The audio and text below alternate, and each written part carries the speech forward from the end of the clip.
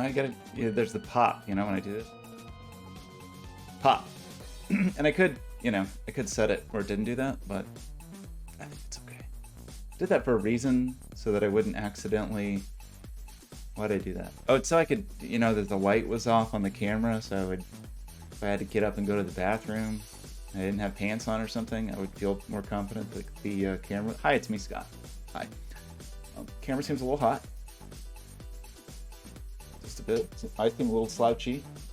My hair seems a little long. But, did we make do with what we have? Let's pop this down a little. Just a touch. Put down here. Is that too much? Go with 96. At least it's a multiple of 8. Hi. Hello. How are you? Yesterday's stream was ridiculous. And like, reflecting on it more, it kind of has to be a network thing, right? Like, if I wanted to go through the trouble of putting one of these lights on the main network, I think it would probably work. And so I probably just wasted a million hours following different red herrings. Like the hex dump thing, it's pretty annoying. Kyle, are you ready for art?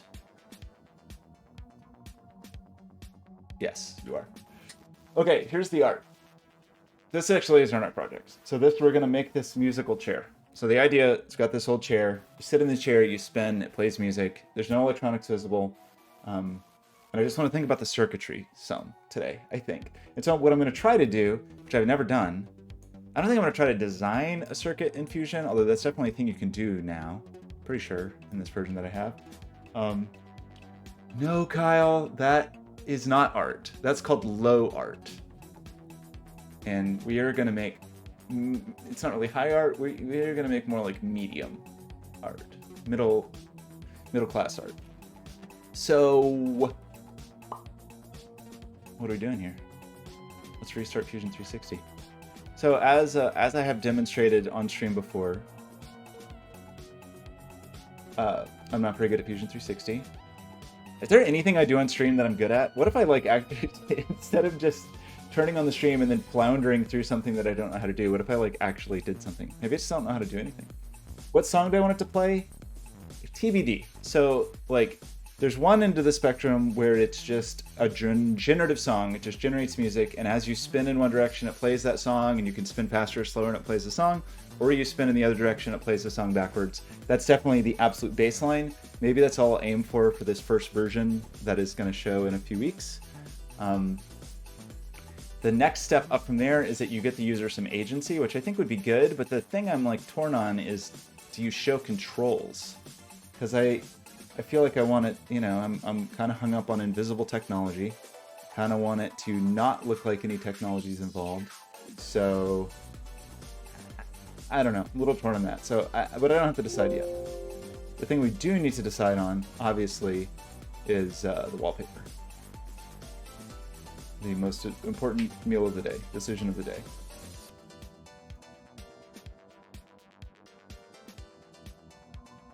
That's kind of cool wallpaper. Yes, and forwards. It should have satanic lyrics when played forwards and backwards. It's going to be one of those kind of songs. It's like a palindrome of Satanism. I like Satan. Satan's pretty cool.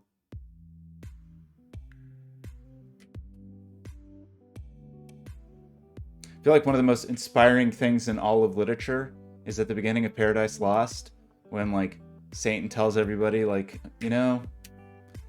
we lost the battle, but let's get it together, everybody. Let's get up, no sulking. We're gonna get it up here. We're gonna build our own kingdom, and it's gonna be awesome. And he says one of my favorite lines in all of literature, which is, "Better to reign in hell than serve in heaven." It's pretty cool. It's pretty freaking cool. It's such an inspiring quote. I think it should be in like more. There should be like calendars on the wall, but instead of a kitten that says "Hang in there," it should have Satan giving his little speech from the beginning of Paradise Lost, because it's so inspiring. I've never made it through all of Paradise Lost because I don't know, it just gets kind of boring. I don't know, maybe one day I'll actually finish it. It gets to the part where it's like God and Jesus hanging out, and Jesus is like I don't know, it makes me think of Batman and Robin with like a really annoying Robin, where Robin is just like, oh, Batman, you're the greatest, you're the smartest, and you're the best. And Batman's like, yeah. That's kind of how God and Jesus feel in that book to me. But I haven't tried to read it in a long time. But Satan, super cool. Should I?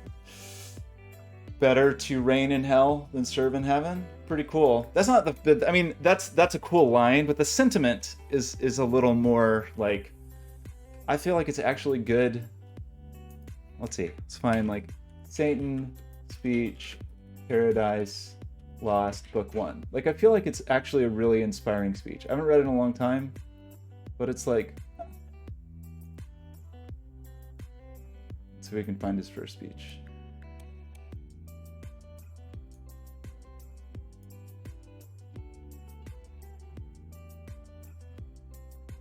The mind is its own place, and in itself can make a heaven and hell a hell of heaven. That's what he says, better reign in hell than serve in heaven. Isn't that good? That's a good attitude. It's things like, hey, you know, the mind is its own place, and you can make a hell of heaven or heaven of hell. I feel like that's actually a beautiful sentiment.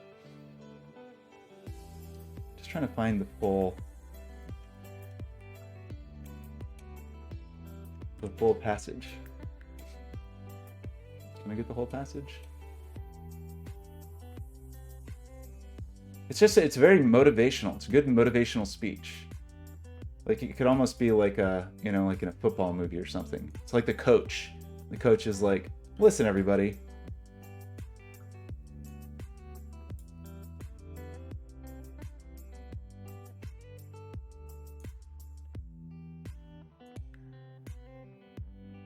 Let's see. Farewell, happy fields, where joy forever dwells. Hail, horrors, hail, infernal world, and thou profoundest hell. It's like, hey, hello, this is my new place. We're going to do it. Mind not to be changed by place or time. The mind is its own place, and in itself can make a heaven of hell, a hell of heaven. Like, that's, you know, he just wants to make a nice home. And what matter where, if I be still the same? And what should I be, all but less than he, whom thunder bath made greater? Here at least we shall be free. Isn't that nice? That's like a, hey, here, at least we're free here. At least we may be like in burning hell, but hey, at least we're free here.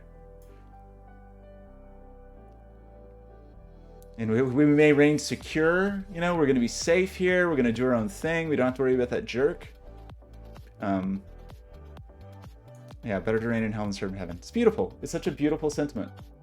Thanks, Satan. So encouraging. Like right before this, it talks about like everybody's just burning in lava, basically. All the fallen angels are just like suffering in a pile of like burning in lava. And he's like, hey, everybody, cheer up. We got this. You know, this is our place. This is gonna be this is our home. And we're gonna make it our own beautiful home. And then they build like some kind of like demon tower, I think. I don't know, it's been a while. It's been a bit. But isn't it nice? Okay, what are we actually doing? Aside from thinking about how cool Satan is.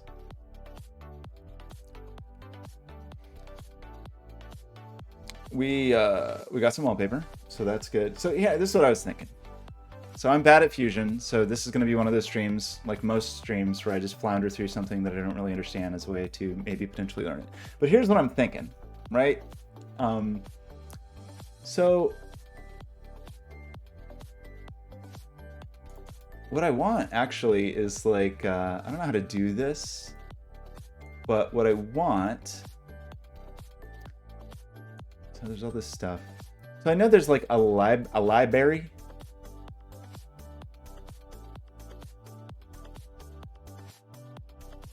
Let's make a new project. We basically want to pull in some parts. So a couple things we're going to do, I guess. So I think I'm going to use that Raspberry Pi 2B right there. So I think Fusion 360 Raspberry Pi Pi. I think people have made gorgeous models of these, like truly beautiful components to use. And I think we can just use them.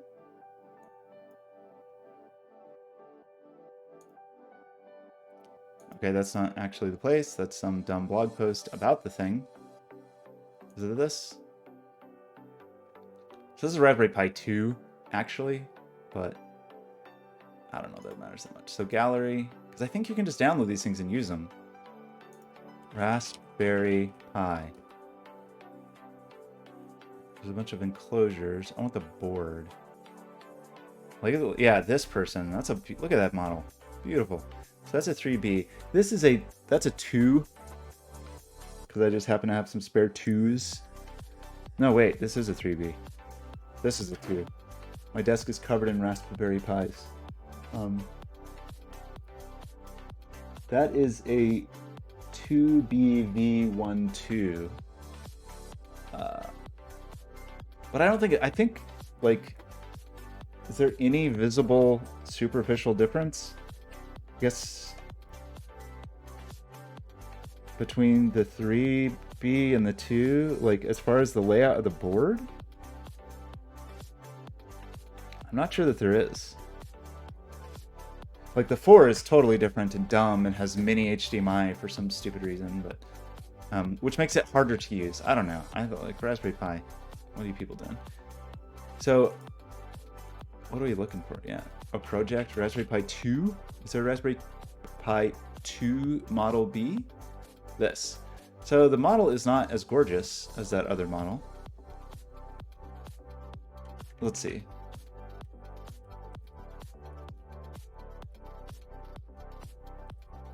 I don't know what to search for. Just to see, like, are these the same? Maybe the Wikipedia article will tell me. That wasn't Wikipedia. Like, I just want to know if the board layout is different. You know? The Model B.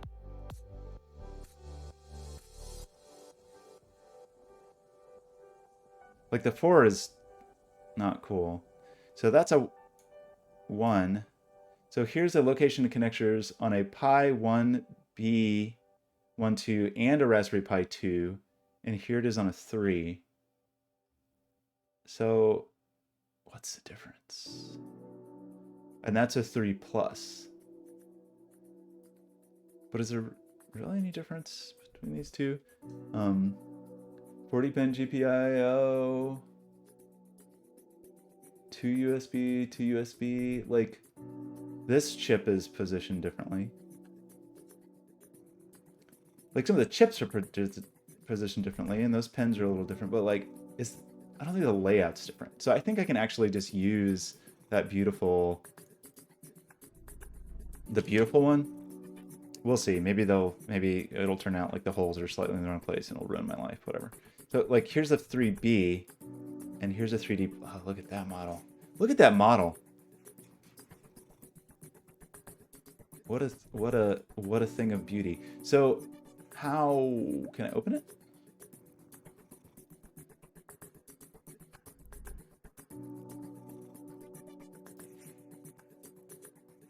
Oh boy. A royalty-free knockoff? Probably. You spin me right round, baby, right round.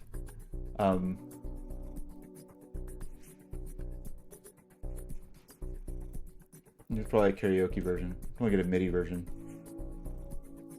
But I don't think I want it to be an existing song. I don't think. I think it's a I think it will be an original composition. So let's see if we can do this. Let's see if we can just bring this in as a separate component. I believe the word is. Like, there'll be a component in here. Let's make it millimeters, just for kicks. Okay, so we want to download this model, and I've agreed to the terms. I don't know what the terms are. And let's just check out what else our friend Aaron Rubin has to offer. It's a NanoPi. Just some knockoff. Is it way better? Probably. Same form factor as the 3. Interesting. Okay. Cool. Odroid. Cool. Look at all this stuff. Man, look how good these models are. How do you do it? My dude, that's what we want right here. Is this Teensy 3.2? Pretty sure we want to use a Teensy 3.2 for this project. We could use the Teensy LC. The problem is the encoder is, you know, it's 5 volts. Wait, can I just open this?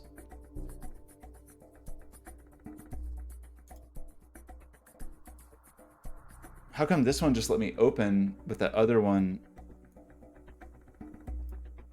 it seems like it didn't work. Look how down this.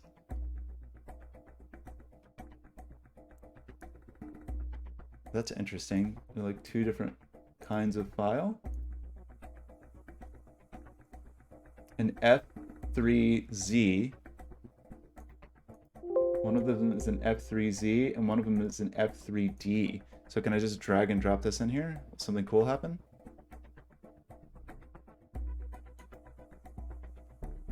Did that work? I'm gonna say that didn't work. There's a big no sign, but then there's like kind of a yes sign. Oh wait, it did bring it. Okay, we got it. So we did bring in this. So, but how do I just add a reference to this, you know? Like I don't... I just want to add a reference to an existing component.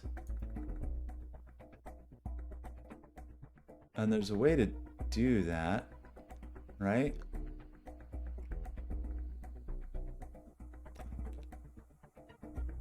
I don't know what Fusion calls it, though. Is there like an insert something? Insert a manufacturer part. Cool. I don't know. I don't know about that. I mean, that would be cool. Raspberry. Yeah, there's a bunch of cases. But not quite. So insert what? McMaster car component, that's cool. Okay, derive, maybe we can do that. Inserting derive. Let's see.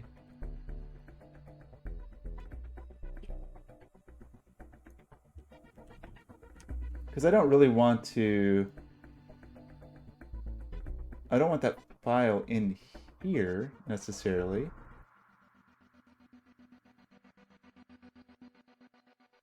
Copy into new project folder, insert into current design.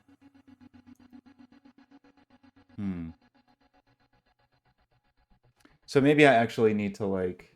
Okay, let's try that again. Maybe I need to open the Teensy. Well, that's not really what I wanted to do. It's opening a whole new instance of Fusion. Cool. Not really what I was aiming for. But, great.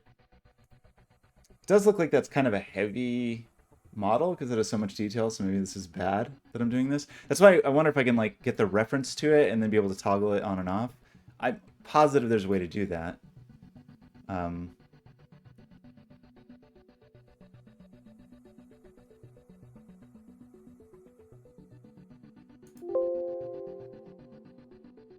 Okay. Like, can I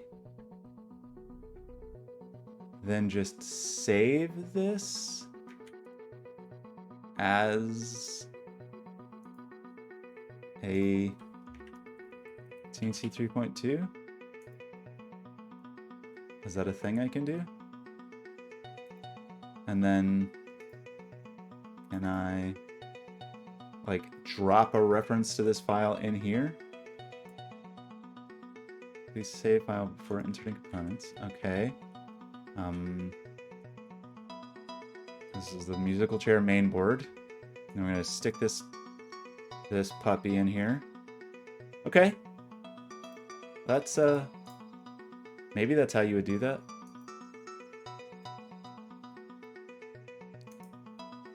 Okay. Great. We did it. Look at that. So we have this little friend, and then I'm realizing we've got potentially some issues here, but I'm going to ignore those issues for a moment. Yeah, okay. And then we had our other friend, which is the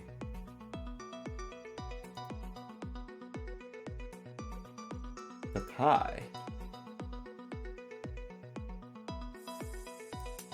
And we'll try to open that, and we'll try to see what happens. Don't know what we're doing here. Looks like we're opening another Fusion 360 window. Great. I don't think we need this untitled window. No. What I'm doing, maybe like could be making a poor choice here. Okay, what happened? Could not be loaded. Oh no. But I wanted it. What a tragedy. Okay. I feel like my computer's really struggling.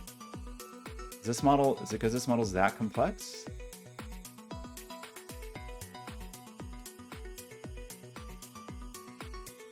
Look how cute it is. It's so good. Looks great. Okay. Maybe we need to try that again. So where's my friend? We tried this 3B plus, right? And when we wanted to open or download, so it's an F3Z. Is that bad?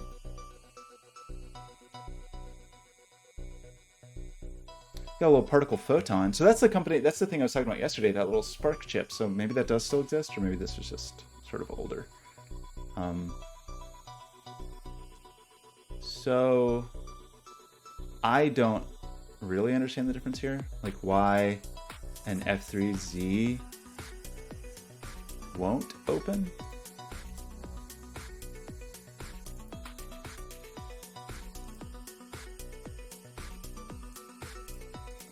On my computer. Like this F3Z file? What does that mean? It's right here, F3Z, so you'd think that would work.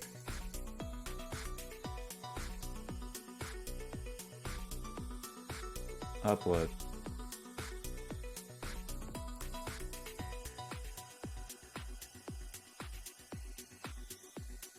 Okay, that part of the screen turned black, so that's probably a good sign.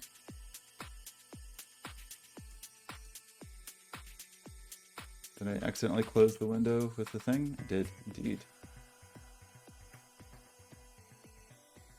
Why are you so upset?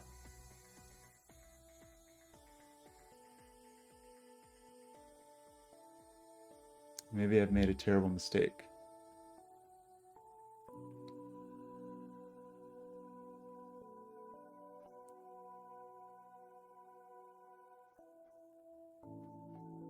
Maybe I should have picked the thing that was way less, the model that was way less complicated.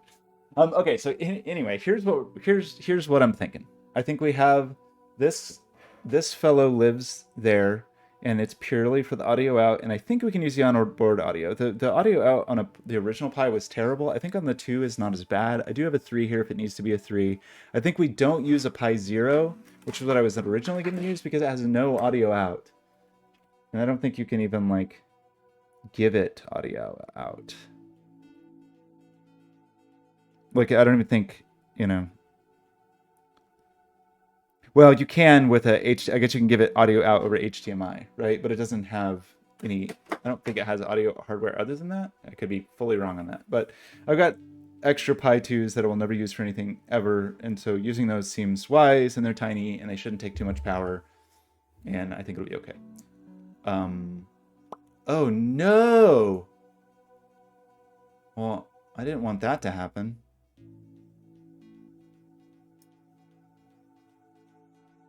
Oh, I see. It's because it's like a model that references a bunch of other things. Oh, that kind of is not cool. Well, that's really not what I would have wanted to happen. Kind of wish there had been a way to have some control over that.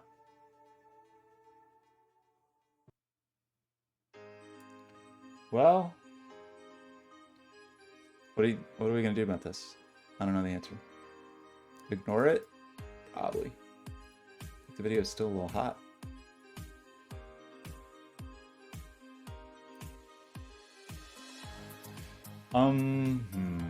Well, I'm not super pleased with the thing that just happened. I guess it's my own fault. I'm trying to be real fancy and include this real fancy model that I didn't really need to do. Okay, so anyway, there are screw holes on this thing, right? So that's not a problem. We can just screw that into whatever. The teensy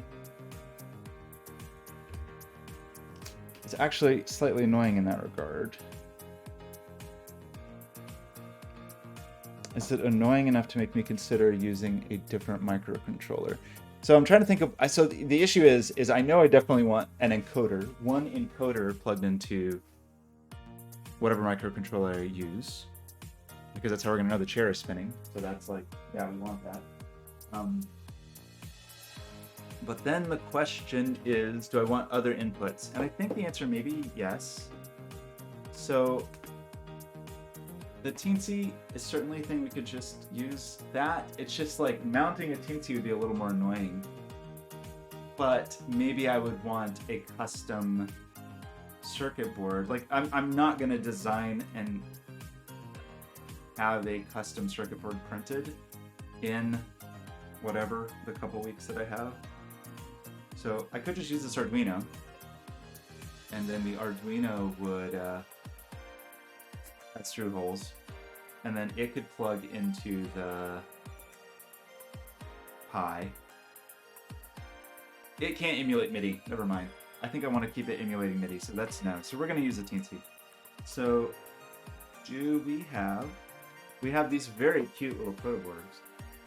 Does the teensy fit on this adorable little prototyping board? It's so cute, it's just the cutest thing. And the answer is yes. Teensy would fit there, but probably we want, so the other thing we could do is just get some ancient proto board kind of material that I have here, like this business, and just make a little, oh, it says Radio Shack on it, how heartbreaking. And just make a little teensy breakout board, maybe? Possibly. Did this actually finish? Okay, that's a little annoying. That's not really what I was going for. So now if I grab this Raspberry Pi and I drag this Pi in here, it's going to be insane because there's going to be a trillion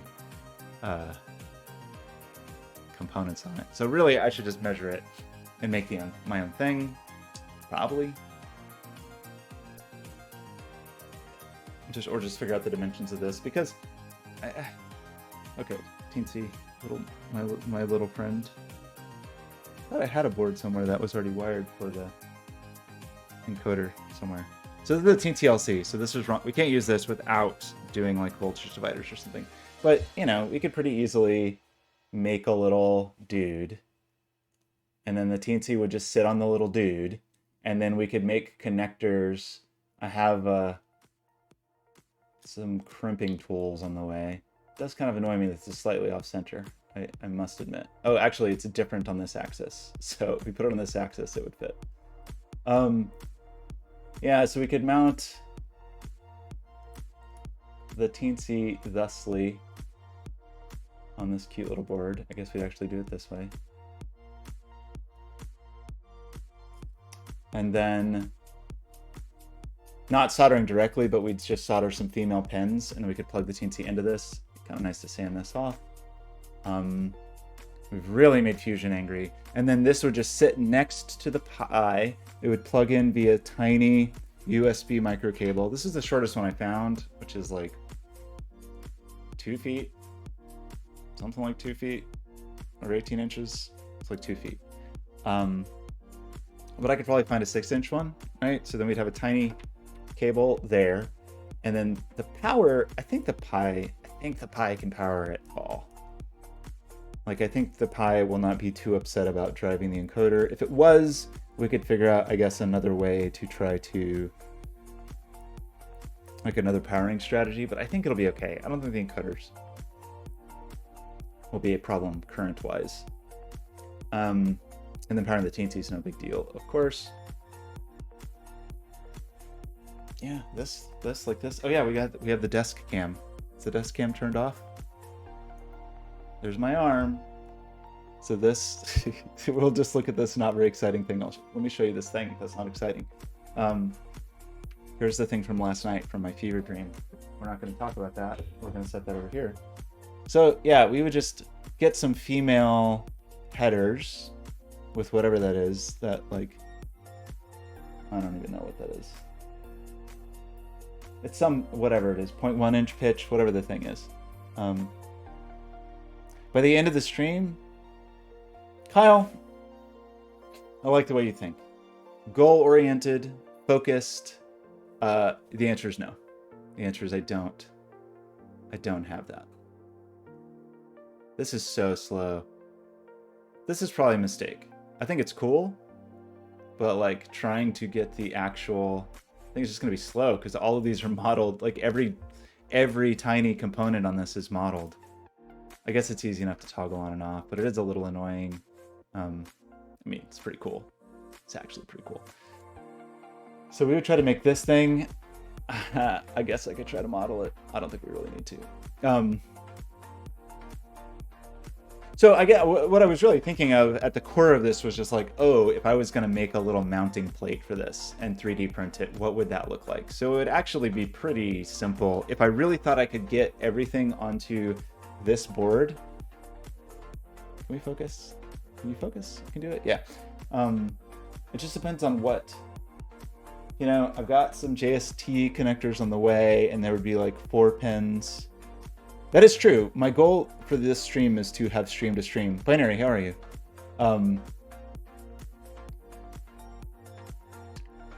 This is hurting my heart a little bit, this Radio Shack thing. Is this like a...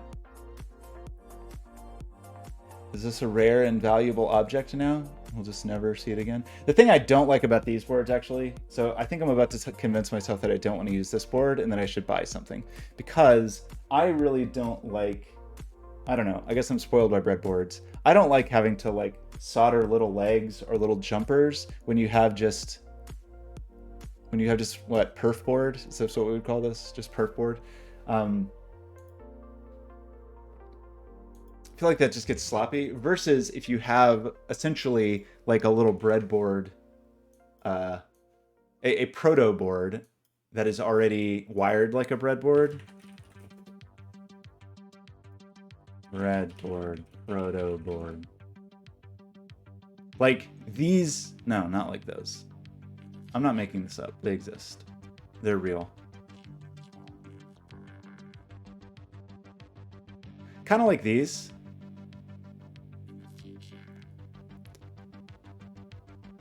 Well, but are those wired? I can't actually tell. Like, are these actually... I think that's still not quite what I want. You know the thing, this thing.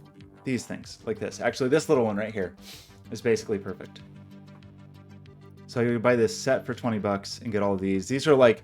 Looks like these are basically this size breadboard, and then I could get this little baby here. That's 17 pins. That would be fine. I could do terminal blocks. It's true. I'm trying to. I ordered some crimpers to like make nice cable harnesses. So I think I want. Oh. Actually, though, I'm glad you said that because there's potentially another device here. If I decide to do this, the speakers, and I want to use a little amplifier, I would need room for that on this too. So whatever that. What's that amplifier? Like a Max. You know the one. Max, or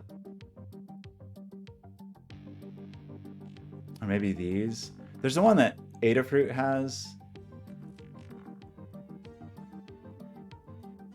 But actually, maybe just these will be fine. So you can get these, and then you get some 4 ohm 3-watt speakers. And so I'd probably want a place for this to live. It's a little annoying that this doesn't have any... I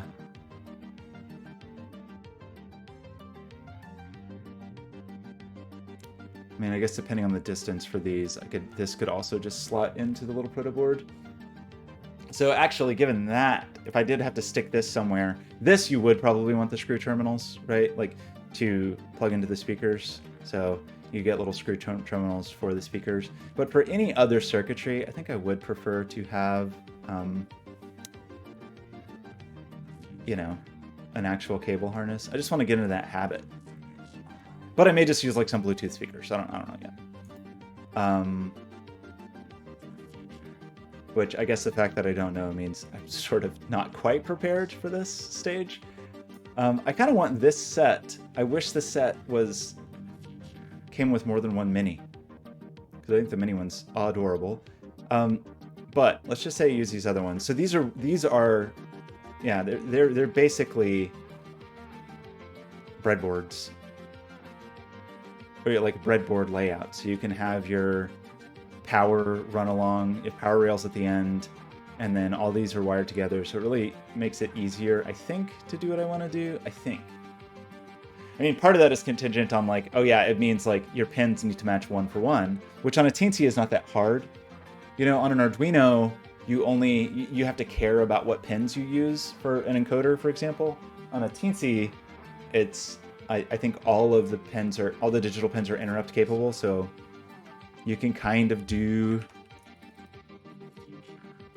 anything you want.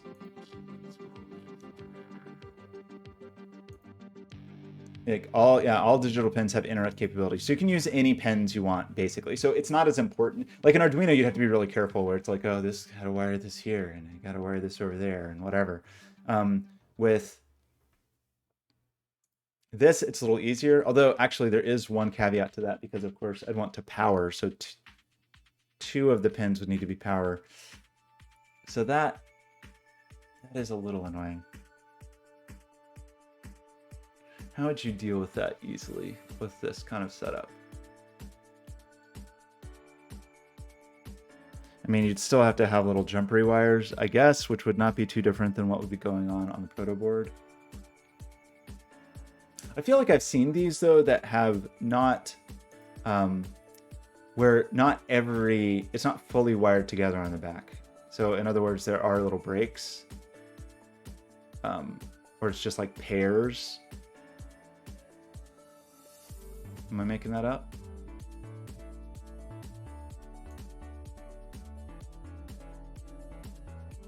Yeah, like these are just...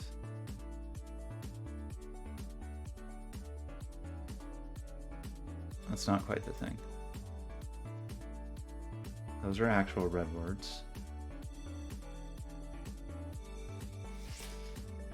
It would be nice to just have a really easy way to make PCBs in the comfort of my own home.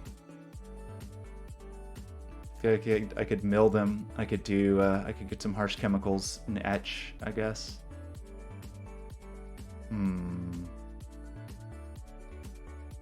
What is the thing that would be most flexible for this and for other future projects?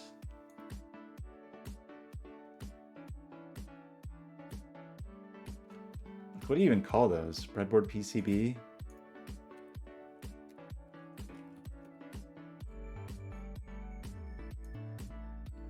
Like, this isn't bad, where it has the little groups of things and you could jump group. This is way bigger than I want, of course, but just the idea that there's little, these are pretty cheap. But I thought I had seen them, though, where they're basically this, but there are, like, little separate banks of multiple... In a single row, not every pin is jumped together, in other words. I mean, this is just pretty close to what I have. I mean, whatever. You can just make tiny little jumper cables to jump the pins together, and it's not that big of a deal. It's just not my favorite thing. That is why I like the breadboards. Although the breadboards would be problematic if I just wanted a JST terminal to plug in a encoder, for example.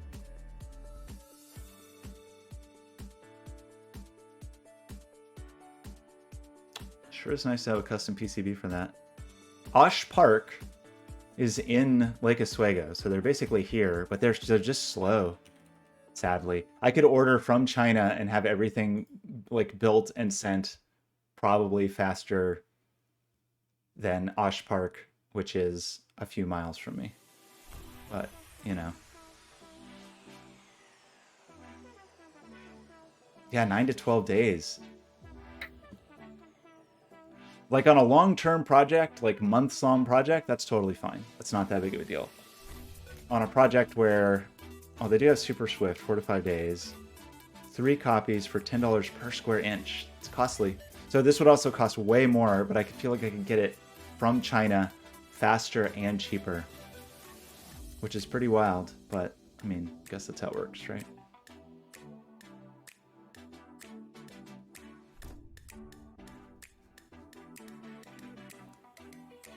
Two-layer Super Swift. $10 per square inch. That would get so expensive so fast. $5 per square inch is not. And 12, I mean, man. Not cheap. Did you find the thing? Yeah, that's what I was thinking of, actually. That's exactly what I was thinking of. I don't know why I could not think of the... What did they call them? So yes, where things aren't necessarily... Whoa! Look at what that says. It says Radio Shack.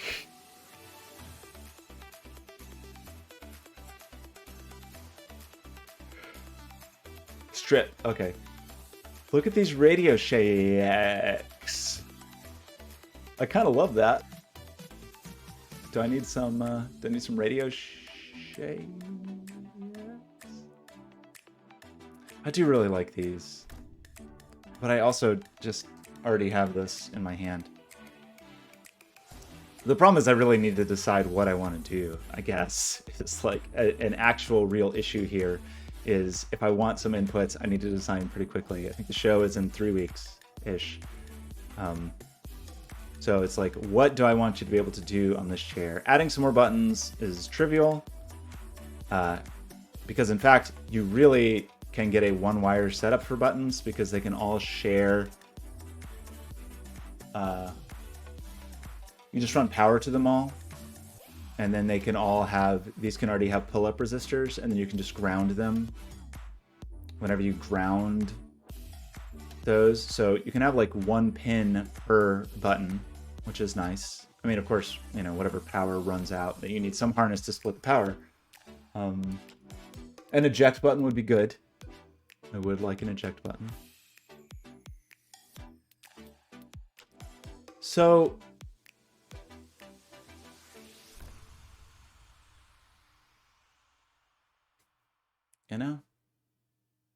you know, could always just do these and solder little jumper wires across.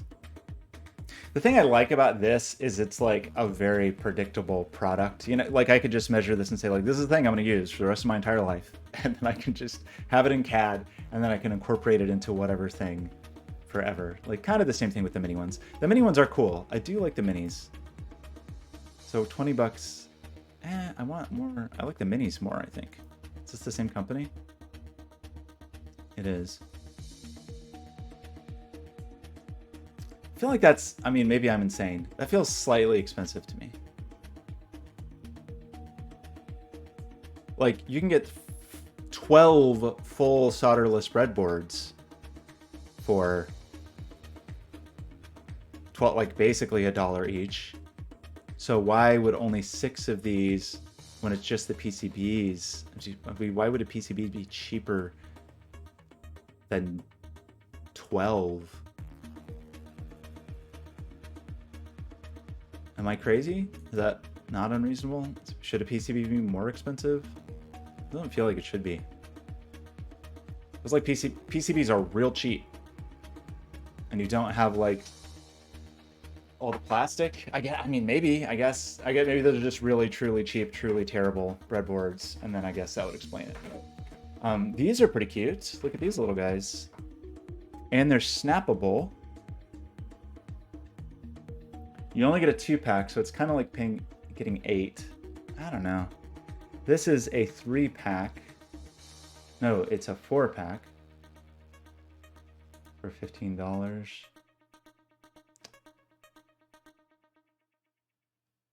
You think they're really snappable, or do you think if I try to do it, it would be a mess? So that gives you basically 16 little buddies. And these do have the little split guys. So I would have the opportunity.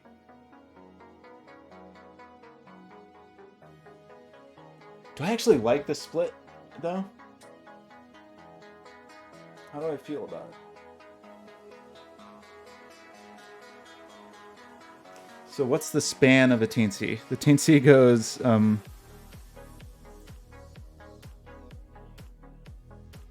is 7. So it would be like the center of here to the center of here. So 1, 2, 3, 4, 5, 6, 7. So maybe there would be room right next to that for a bank of inputs if I wanted things connected directly to the teensy. Otherwise, there's a bank of inputs here that would give me the opportunity, like not a ton of room. I mean, this looks like it's about this size, right? Is that what we're deciding here? So that's 7, 8, 9, 10, 11, and this is 1, 2, 3, 4, 5, 6, 7, 8, 9, 10, 11, 12, 13. So it's like this dimension. Because this is 12 along this axis, and it's 11 along this axis. So it's maybe slightly bigger than this little buddy. It's nice to have the power rail. It's nice to have, yeah, because, so for example, if I put the jumper on this line, say, then it's really easy to wire that to, it's actually not. Actually, it's not, because this only has one rail on both sides. So it would be a little annoying to try to get power and ground. So that is a mark against these. It would be nice if they had 2 rails on both sides, but they don't. So I think I actually don't like these. I thought I liked them. I was wrong. They're better when they have the dual rails. So do these have dual rails? The big ones do. Do the minis? The minis have no rails. This is an outrage. Or do we go with the Radio Shrek? I mean, Radio Shrek. These aren't Shrek. Where's the link? Where's the Radio Shrek? Okay. These are so weird. They're so weird. Do I love them or do I hate them? It's hard to say.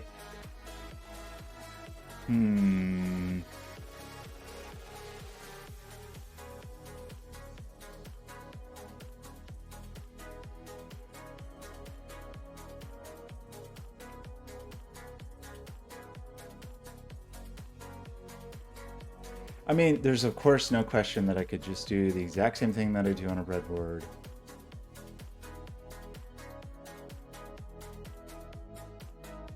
Oh, but actually, now that you say that, that's a thing I probably could do, right? On the ones that are jumped, I could just choose not to do that. Like I could just scratch them.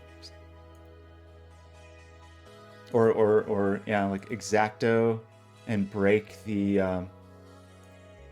Well, you're going to love these because these have a bunch of screw terminals for no reason.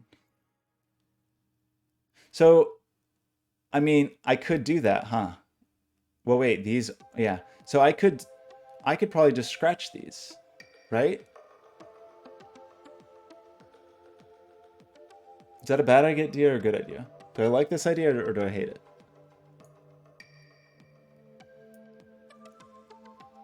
I mean, assuming that trace is the whole trace, all I have to do is Exacto it, and then all is right with the world.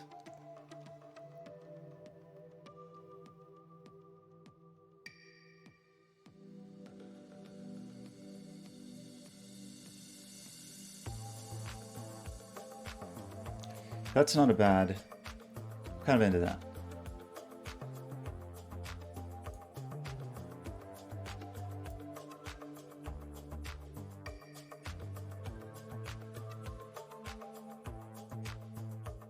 I mean,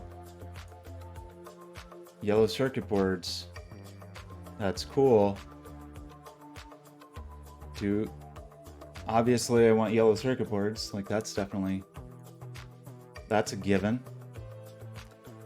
So is anybody gonna tell me if I can just do the thing? Give a little scratch. I don't see a reason I couldn't unless they were like actually like internally connected as well in some way, you know, or like, you know, somewhere in the lamination there was another layer, but I wouldn't think that. That's probably not true, right?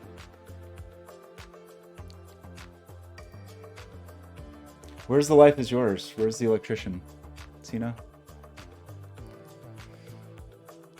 It's got to just be superficial, right?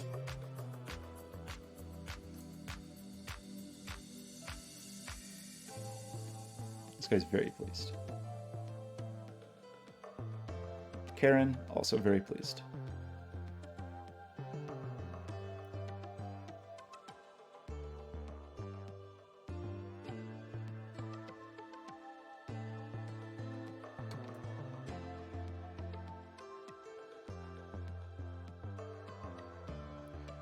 Got pretty creative by cutting into the rails and creating a 5-volt rail and a 3.3-volt rail. So this person seemingly... Oh, but they like very literally cut.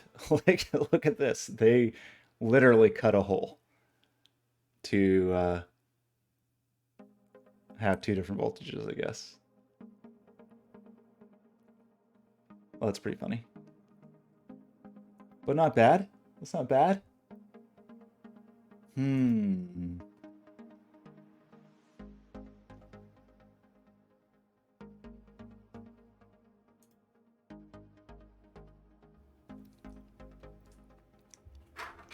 But the main problem now is I want all yellow ones, right? Like that's I feel like these are like slightly too expensive. Maybe I'm insane. Should I go to my eBay?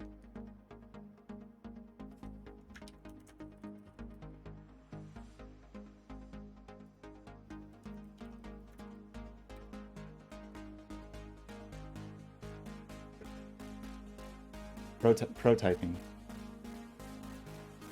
Prototyping.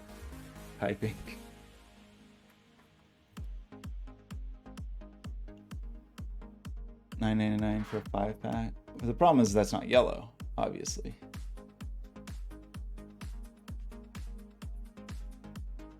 Like, why bother if it's not going to be yellow? Even though it will probably be enclosed and no one will ever see it. But on the other hand, yellow.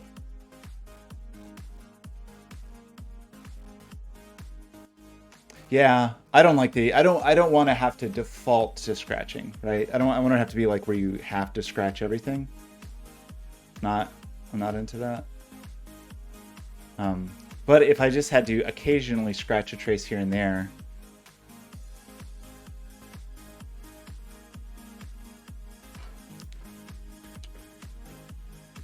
then I think it would be okay. Cutting PCB traces with a razor blade.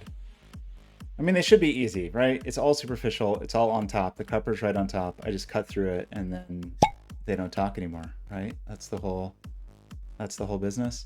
But I want a yellow one. So that's the real challenge. How come when I specifically search for yellow, I can't find it? Oh, look at these cool yellow jumpers. Adorable. So 5-pack for $10. Oh, these are cute.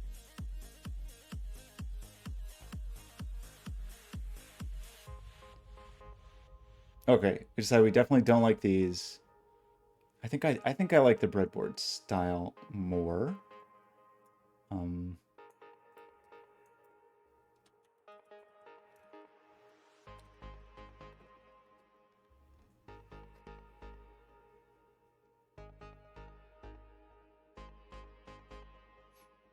Yeah, I know. I could be a normal person.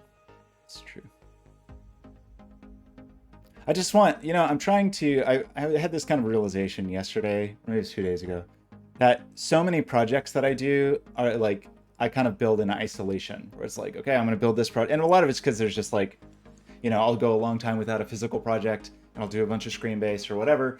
So I'll do a physical project and it's like, okay, it's time to do this thing. And I don't really have like established parts that I like or whatever. Like I do things a little differently every time. And so what I was thinking is, hey, maybe it would be wise to like,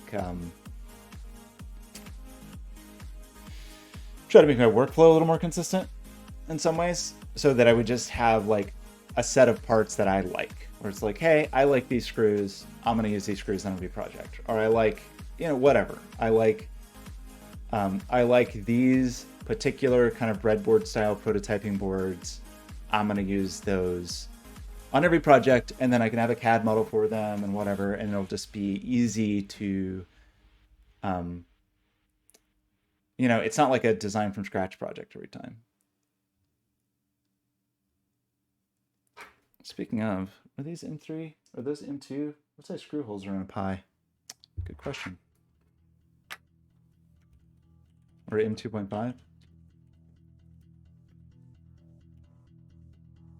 That's not how you spell hole.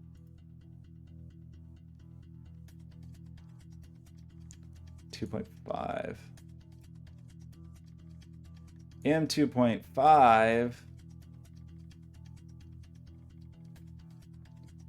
Okay, I need a quick bathroom break. I'll be right back. Excuse me, please.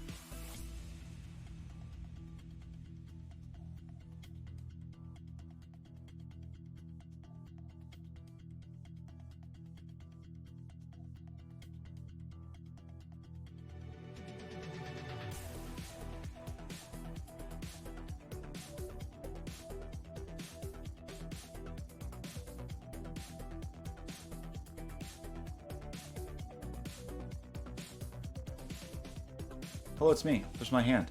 Hi. I think the other reason I'm like, you know, needlessly hung up on this, one is I love to be hung up on everything, but the other reason is what I just actually want custom PCBs for everything, of course. I don't have certainly any easy way to do that at home, and it is just not cheap or expedient to design custom circuit boards for just total one-offs like this. So, you know,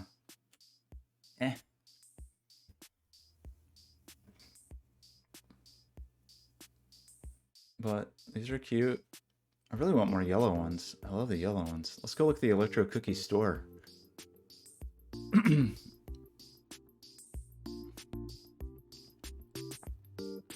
These are not bad. I just wish I had dual power rails.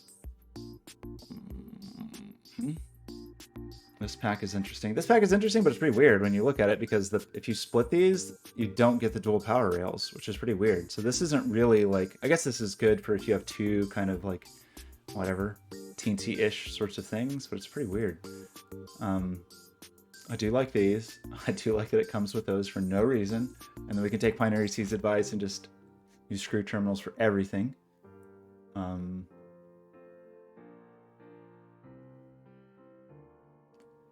Like I'm seeing a real dearth of, oh, that's insane. Look at this. Binary, it's your dream. Well, those aren't even screw terminals. Those are just like little tension terminals. Why would you do this? Why would you do such a thing? I mean, it is kind of cool. I admit, it is kind of cool.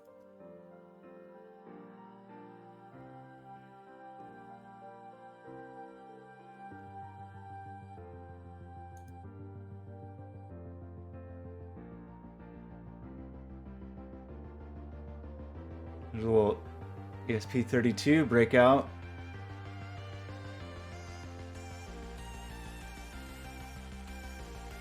I don't have any teensy breakouts. It's sad.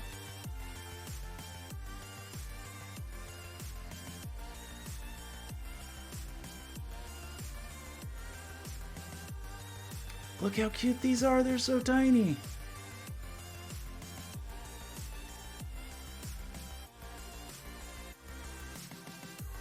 Am I still in this company store? I'm confused because Amazon loves to stick in a bunch of branding. Or like a bunch of sponsored things. I think I still am. I'm just searching for Electro Cookie, so I see Adafruit stuff. Why not?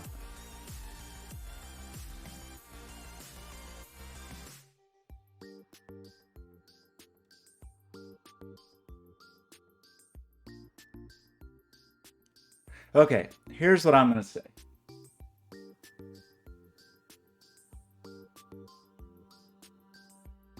Yeah, it's just so, but I mean, it's just kind of vary every time what I want to plug into it, you know?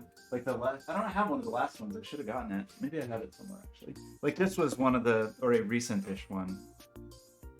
I don't have any like recent-ish boards, but where is that one? I just found it yesterday and I was like, hey, look at that board. Nice job.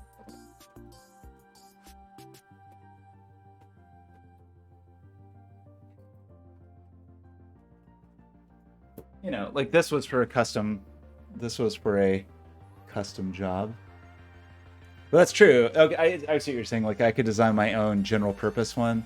Like this is one I did for the Children's Museum that just let me have like custom LED breakouts with their own tip 120s.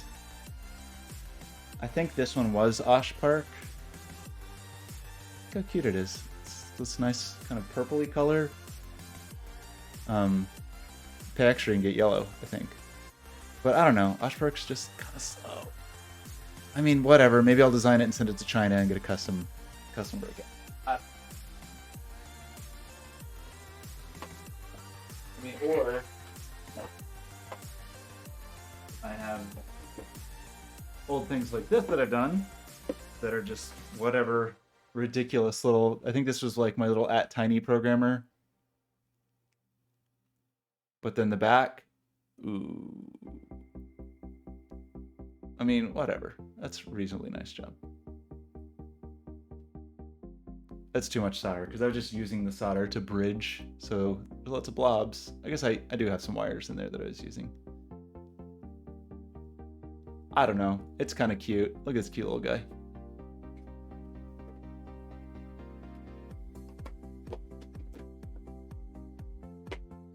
So, I think, what do I think I hit the wrong button. I think I hit the wrong button again. I think my camera gain reset for no discernible reason. Why would it do that? I don't know. There's a lot of things I hate about Windows, but the fact that it just like lets software arbitrarily change your camera settings for no reason, pretty frustrating. So, Yeah, so I guess what I would lean towards, the thing that feels like it just gives me the most flexibility is the thing that's just like the mini breadboards. Like that just feels like, because then I can do my layouts on breadboards, and then when I'm ready, I just transfer the circuit over to the real thing.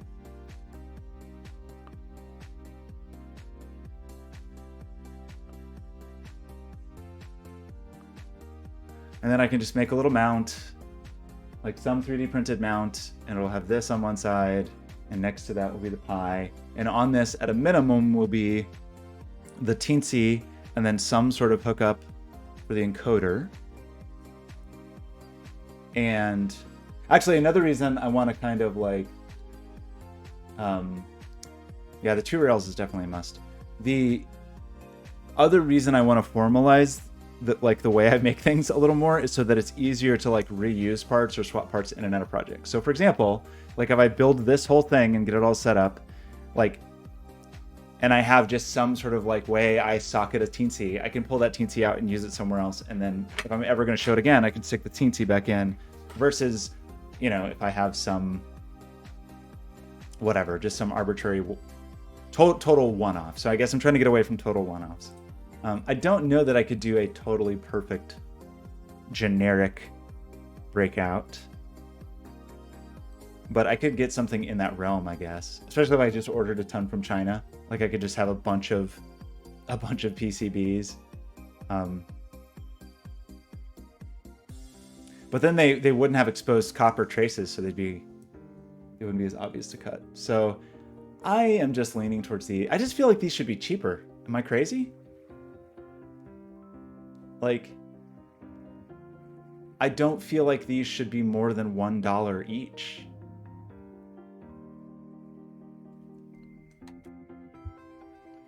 Is that unreasonable of me? I don't feel like it's unreasonable of me. I feel like $1 is an amount to pay for these, but they seem to be just in the realm of $2. Yeah, you're right. I mean, the multicolor ones, but even the others, I wasn't really seeing. I mean, this is 32 pieces for $10. There's not anything any different. I mean, these aren't as cute, and they don't have the little bridged areas, but like that's how much a PCB should cost. Which is why I was wondering if there's just like whatever. Should I be on AliExpress? Is that the secret?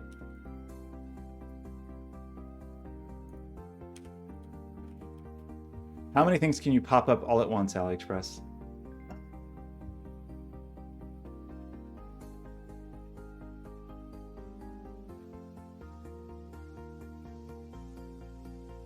I didn't see any of the breadboard style PCB.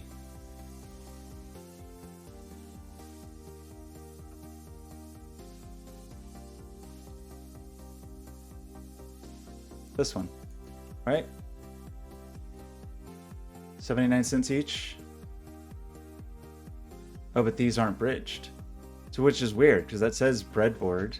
So you would have thought that it would be breadboard style with this one. Or is that just not?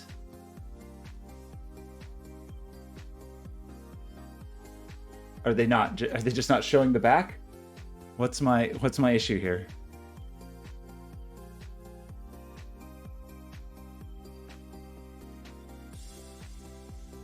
These are kind of cool.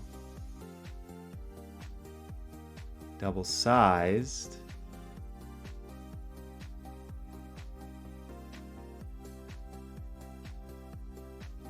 Why are those $1? Why does that say $1.20 and these say?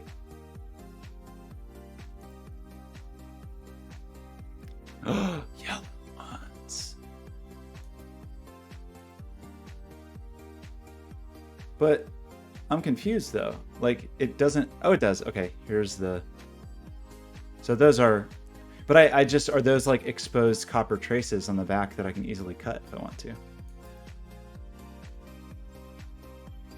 So those are $1.30 each. But is that not true for this 79-cent one? I mean, shipping's $3.49, but it would still be cheaper to buy a bunch of these, right? If I just or here's like a lot of 10, but it doesn't actually show. Why doesn't it actually show if they are? Okay, here's the technical details. 404. You know, it's always a gamble when you get stuff. I guess AliExpress is less of a gamble than straight from Alibaba, but I mean, I assume those are breadboard style, but it's a little weird that they're not more explicit, right?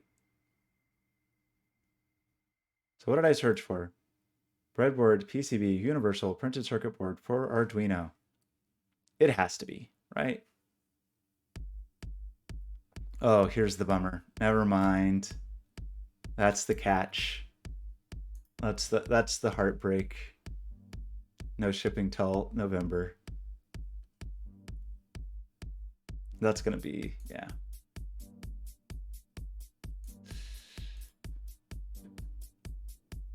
Ships from United States? Huh?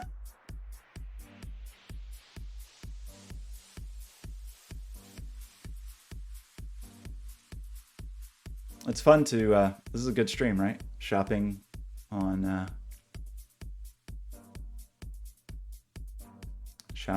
Alibaba.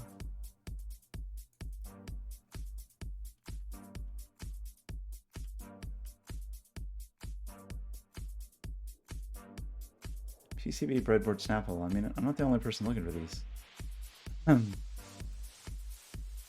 It would seem. What was that? A ghost just haunted me. Just got haunted. Okay, so there's just... We can buy these in Turkey and in China, but we can't get them in the United States. Is that what I'm learning here? At least the ones I want. Okay, so you gotta get them from Amazon, right?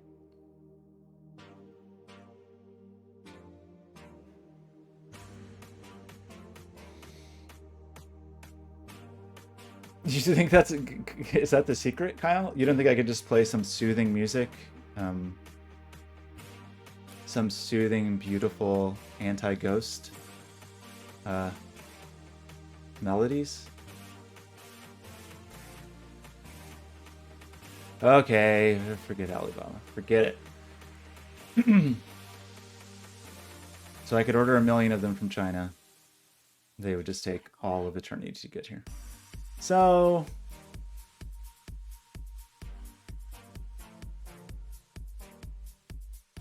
Is this the deal? Is this actually the deal? Is this the deal?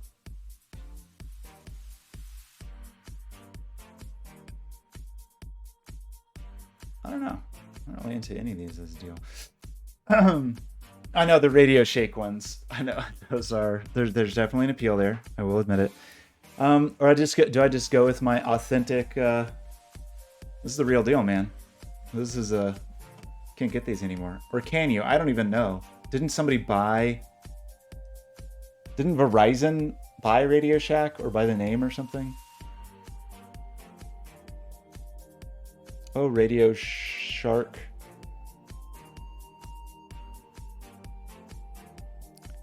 So I could just use this. There's no reason I couldn't use this at all. Just depends on if I wanted a bunch of buttons or something. You know, like if I needed a fancier harness. I have a bigger PCB.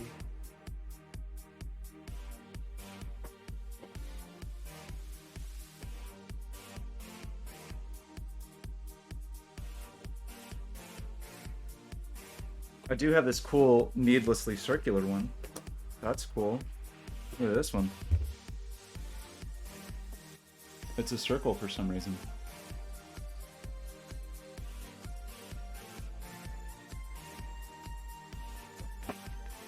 And in case that wasn't cool enough, I also have a smaller circle. And this one's gonna blow your mind. An even smaller circle.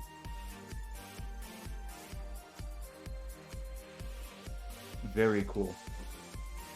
I also have I must have sawed this in half on the bandsaw.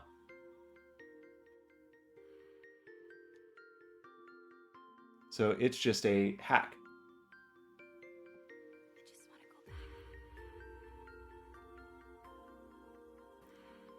Hack. Great. Radio hack. I feel like I got a little sidetracked today. As happens. So what did we decide? We decided I don't like anything. The holes, those little babies. Yeah, I don't know. It's actually a little weird that I think just looking at these, I have really 3 sizes. I think maybe this is 3mm and that this is 2.5mm. I don't know what this is. Maybe that's just 2mm. The mounting holes anyway. And then the ones on screen are, I don't know. The Raspberry Pi ones are 2.5, and then these are, I guess, 2mm or 3mm. Or I guess M3, is that true? M3 is actually 3.2mm? I thought M3 meant 3mm. Am I living a lie?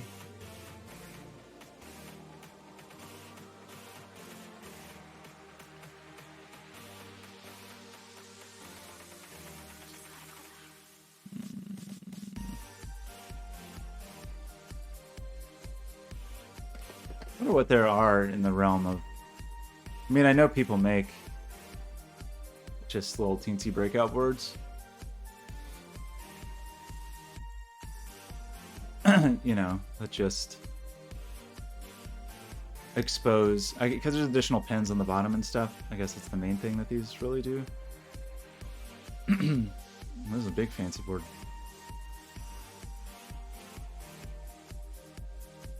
So this exposes all the additional pins that are underneath and whatever. But that doesn't really solve my problem here. I mean, I need a board like this. I need a fast custom PCB. I do love designing PCBs. It's such a meditative process. I'm not especially great at it. There's lots of things I don't know really how to... I'm sure there's lots of mistakes that I make, but those mistakes are generally fine. So this is what you want, Binary, right? This is your idea of the perfect solution. It's just there's a million, actually this one, look at this one, even more. There's just a million screws. Oh no! This one. Thanks for letting me know. I'll just drop in a TNT.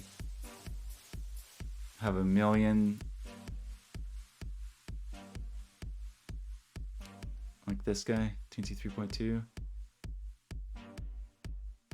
What's the difference between these two? Rail mount version, screw mount version. Oh, I see. Oh, this has some kind of little rails. You just plop your teensy in there, and then you have a million. So how does the rail mount version work? Kind of want that.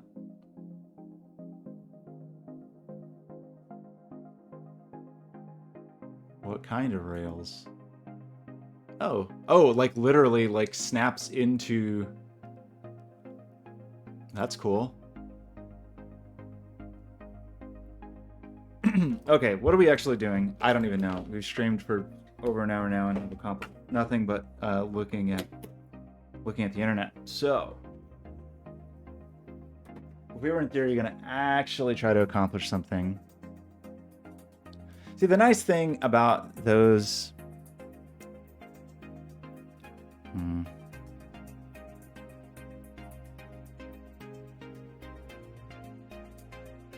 The nice thing about those PCB dudes, do these do it? Are these not connected on the back? They're not connected. The ones that are connected. You know the ones that we've looked at 45 times now. It's just I could just, you know, they could just be a standard thing that I used and just it'd be easy to incorporate into designs. And then when it was time to actually order a custom PCB, it would be fine. I could just order a custom PCB. So I could design on a breadboard. I could use those things for a slightly more permanent solution.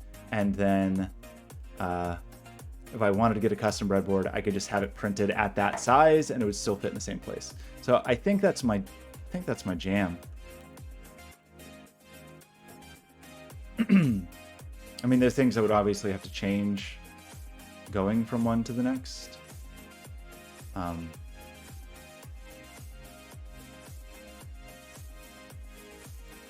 I kind of think it's the way to go.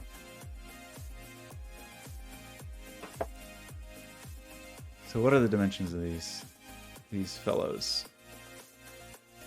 3.5 inches by a little over 2 inches. So that's in the realm of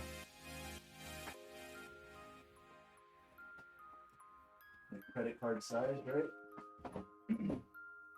How big is this board? This board is a little under 3.5.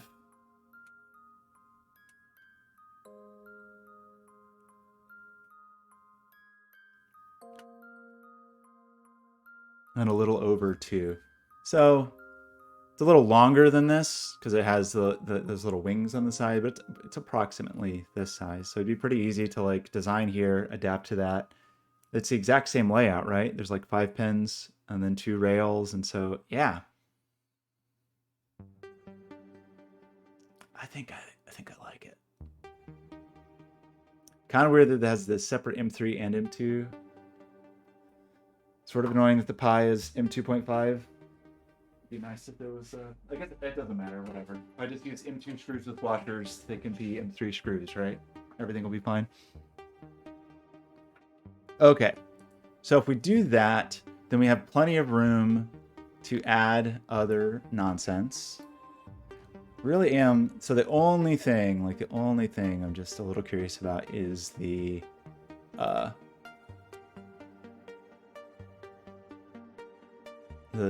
slitting, which they just avoid by just using different parts of the board.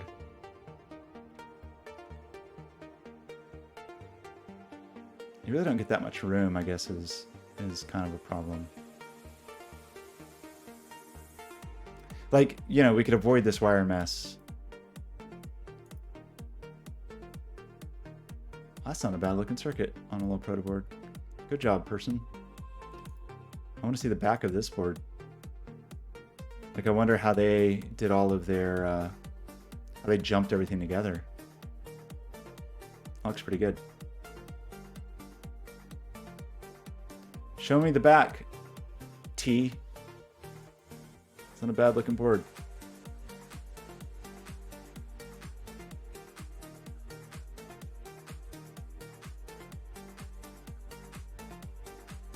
Did you solder this directly to the board? What are you doing, man? Actually, did T do the same thing? T, what are you people doing? Just put some... I guess if you're never gonna touch it, it's fine. Mm-hmm.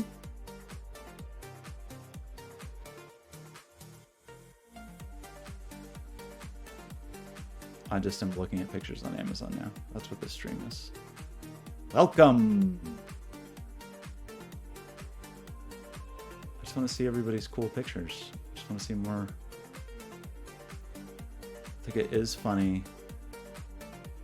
This person's strategy. Pretty good.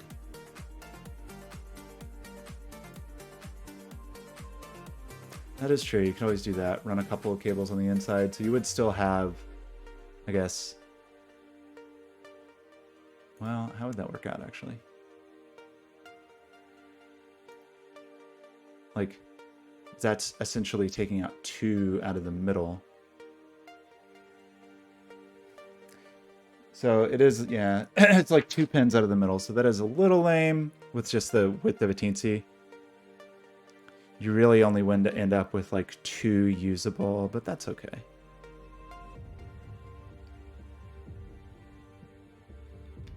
You just run stuff down the middle.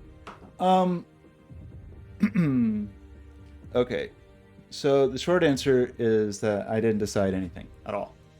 Didn't decide a single thing. I think we want this. I think we like this thing.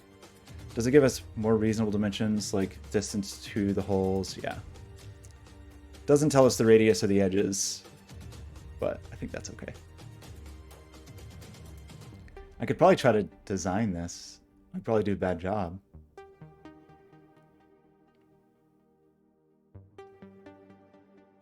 Let's just try it. That'll be the thing we try to accomplish today, right? If we just, let's hide these buddies for a second. And let's make a sketch that lives on this plane. What did we say? Do you think it's exactly 3.5 by 2.05? Let's just assume that's true.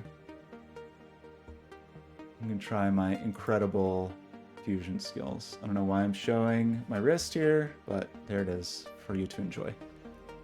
So if we have a centered rectangle that is 2.05, 3.5, if we believe that, we just won't radius those for the moment. And then the through holes, what's the right way to do that? So 1.4 and 3.1. So the way I would do that, as a person who doesn't really know what they're doing, is I'd probably do this. So what was it? 1.4, 3.1. 1.4, nope. 1.4, 3.1. And then I would set this to be construction lines.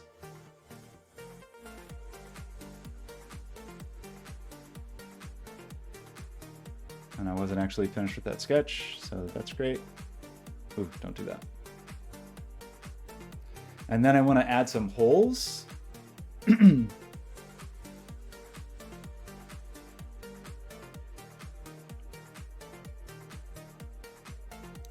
then there's distances to those holes that are 2.09. Yeah, whatever. I don't really know the way to do this without drawing that invisible rectangle. I'm sure there's some better ways, but so these holes are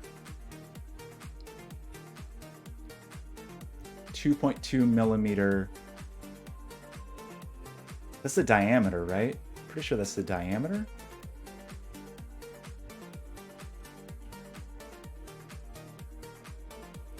Like that? Does that seem correct? I don't like that that's measurement. Yeah, can we come up here?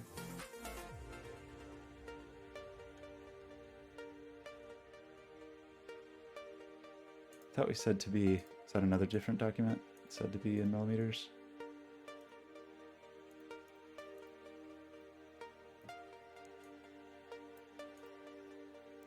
So 52.07, 88.9, is it right? This says 52.1, but okay, we'll call that a rounding error. So if we want these, oops. Sure, there's a proper way to do this, but like do it and clone it or something.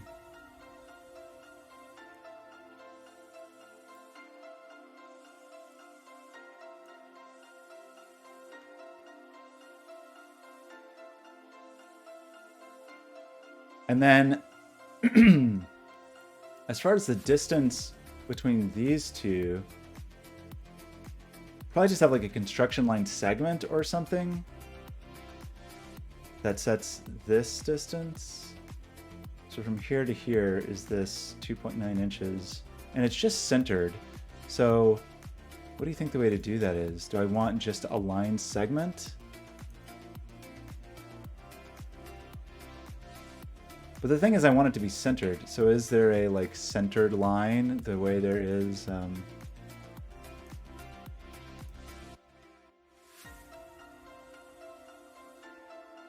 don't know.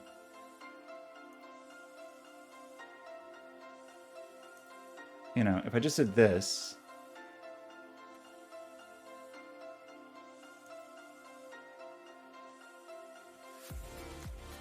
and I wanted the distance between those 2 points. Did I do that correctly? And that was what? 2.9 inches? 73.66. Yeah. So how do I then like center this line horizontally? I'm sure there's a constraint for that.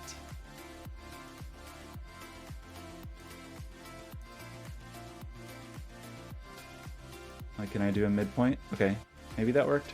Doesn't actually seem like the midpoint.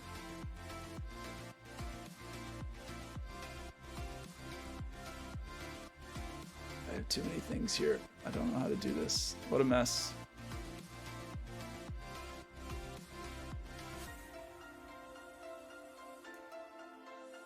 That was supposed to be a construction line anyway. Do I have an extra line there now?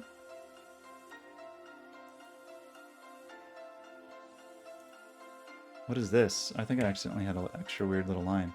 So let's try this one more time. Let's try to make a line that is, what was it? 2.9 inches.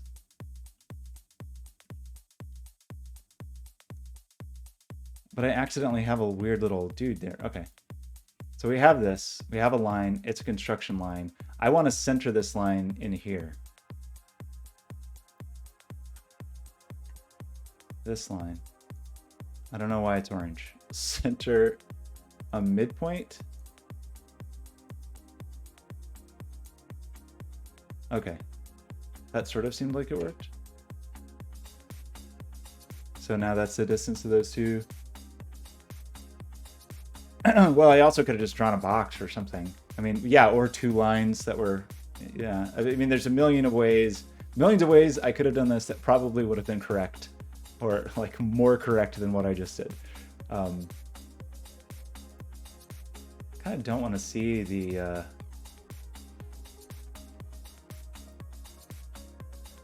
like, that's the dimension. So that's for the whole sketch. I kind of don't want to see, for just this one line, I don't want to see these, basically. Like these diagonals.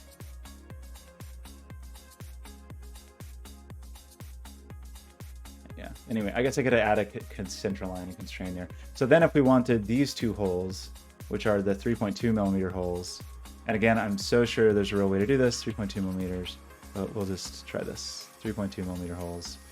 Why is this drawing look so terrible? 3.2 millimeter hole. Okay, that's the thing, right? We did it.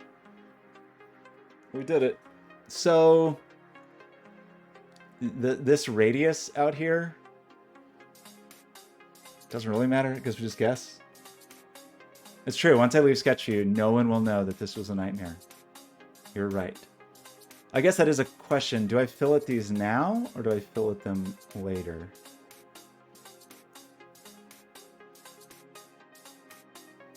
I guess I fillet them now. What do you think that radius is? 5 millimeters? Well, 5 millimeters seems not totally unbelievable. Uh-oh, did I lose a constraint by doing what I just did? I actually don't know why this line is red. I think it's bad that that line is red. Oh, because it doesn't have an angular constraint. So I think I need to say that it is parallel to some other edge. And now it's happy? Okay, I think it's happy now. Okay, so we have finished this sketch. It's beautiful. Everybody loves it. So now we can just extrude this. How thick is this? 2 millimeters? So yeah, if I was gonna be really fancy, obviously I would try to clone the actually lay all these out. Somebody's probably already done this, actually. We should check that gallery. Somebody's probably already done this. And I'm doing this for nothing. I'm doing it for practice. Breadboard PCB. Nothing? Breadboard. Well, people have done like a full-on breadboard. No one's done the weird little PCB. Well, That's nice. A nice breadboard. Well, I don't know what the actual thickness of this is. Is that somewhere that I missed?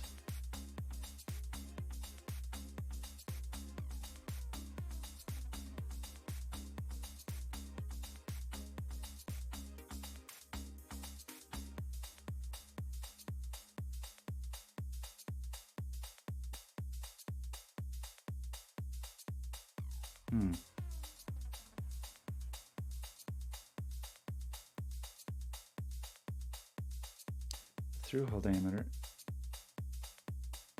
Just truly just not say the thickness? That's the packaging dimensions. What's the thickness? What's the thickness? How do I know? Standard PCB thickness. My calipers in my backpack.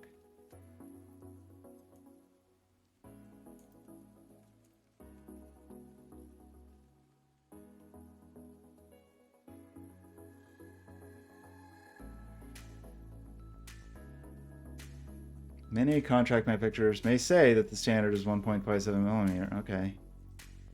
Is that weird? Is it weird that it doesn't say? Wouldn't you think that it would say? What if I search, what if I look at the other item? This one. Do you say?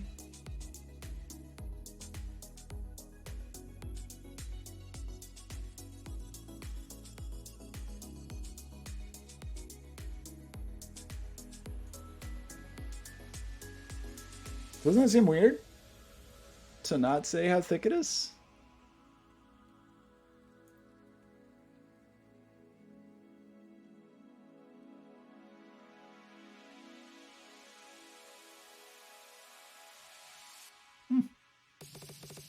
Maybe they just assume that everybody's going to know. Well, let's go with 1.5 millimeters. How's that sound? That's a number I believe. I don't know, maybe that looks thick. Too thick. Okay, so we have this dumb thing. So this would be the PCB. And then if we had, that's not too different really than the pie size. I forgot how to move a thing.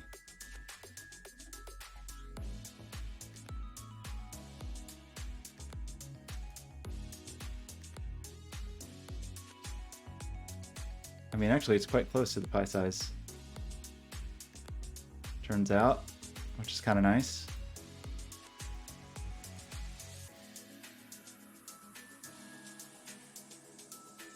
How big's the pie? What's the shortcut? There we go.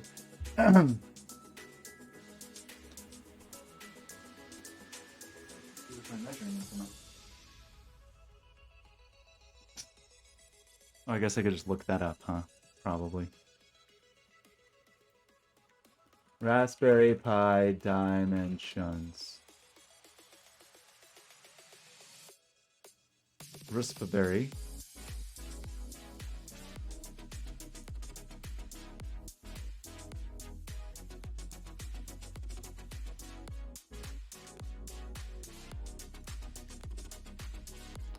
.65, so a little taller, and 2.42, so a little wider, like, but in the ballpark, which is kind of nice. But it's not a perfect match. But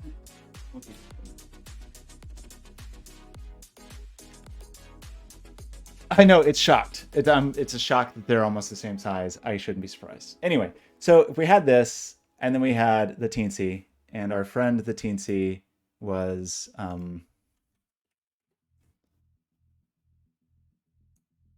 think I can rotate this and have it snap. Yeah. Our friend the Teensy was, let's just say in theory, mounted something like this.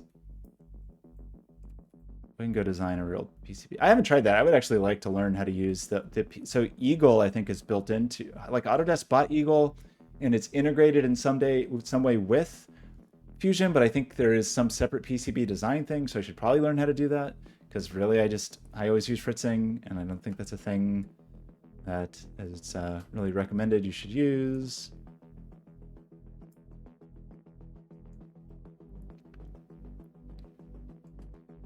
But yeah, so we would just have a little dude like this, for example. A cute little friend. And then if we made some fun little... That was maybe a bad idea.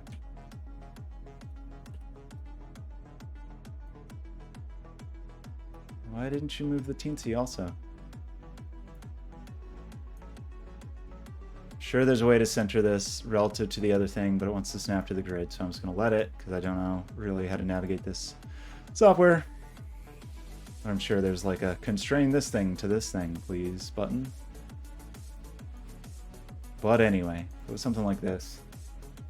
I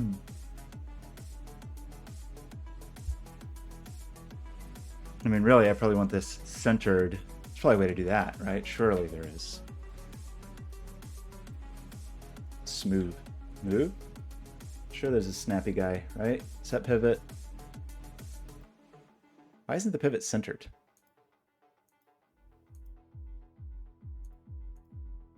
So that's my body. I want to move you. I would like to center the pivot.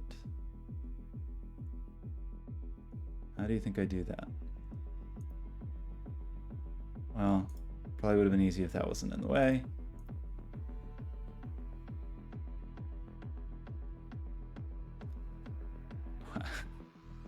How do I center you? Okay, is that the center? Great. So that was the center. And then will this snap?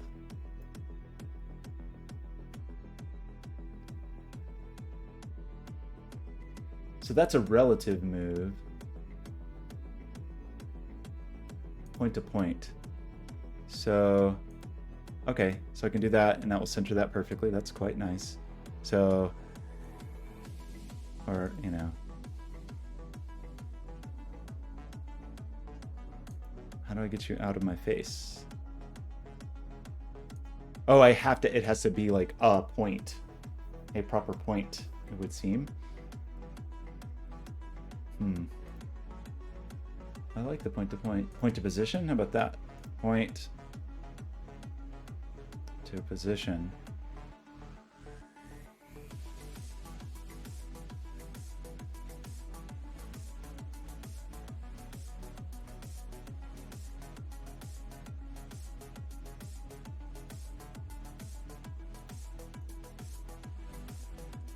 There's unquestionably proper ways to do this, but hey, it's gonna be fine. And then I think we'd similarly, if we could try to move this. So if we did, I kind of liked the point to position though. That was cool. Point to position. So the origin point feels like it's gonna be tricky because there's so much crap.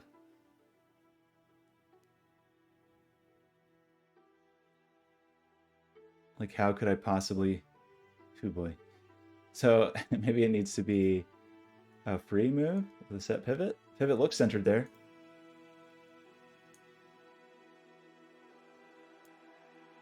So what if I wanted to snap this capture position? And then I did a point to position. No, I want the... So that's like a relative thing. Free move, I have the pivot I want. It just would be a matter of snapping this, I guess. But I don't know if there's like a shortcut for snapping, like in Maya, or... Well, that seemed to snap somewhere. It also is super slow because of the...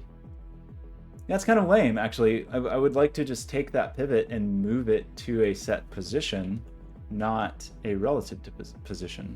So, is that not a thing? That seems like a thing I should be able to do.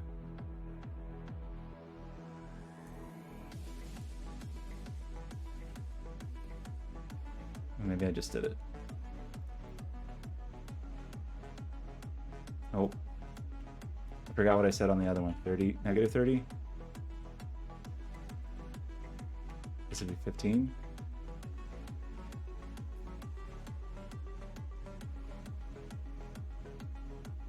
Why? Oh, because I literally want that centered. Like, but that's not the center of the board. I want this centered. So I don't understand why I can't have a pivot and go to, you know what I'm saying? Like, I just want to snap this center point to that center. So you would kind of think that I could do point to point, but I don't have a way to just select that point unless there is like buried in this hierarchy in some hellish place.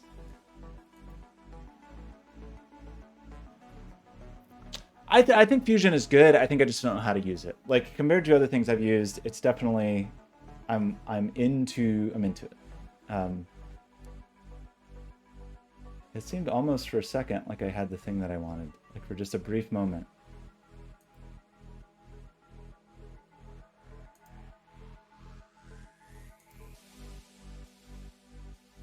Like,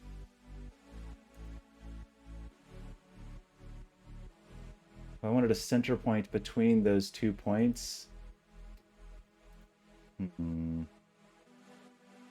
Like, I clearly have a point right here, right? Shouldn't I be able to do something with this?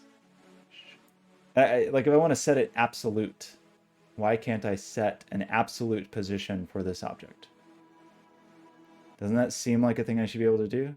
Like, it has a pivot. I'm fine with the pivot. This is a relative move. I don't want a relative move.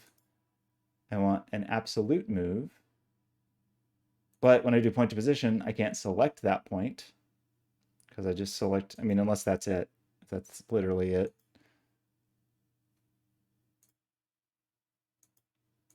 Why is this so complicated? This feels like it shouldn't be this complicated.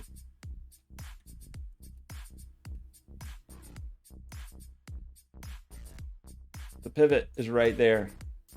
I can drag it around. It just doesn't snap to anything. But maybe that's a personal problem. And point to position. Point to position. Seems like it didn't do the thing. What's my sad problem here? Origin point, select. Is that it? Target point, select. I don't know, man. I mean, I guess that's kind of what I wanted. And then now I want to move this 30 millimeters. Because I think that's what we set it off on the other side. And so like the center offset of both boards, that was needlessly complicated.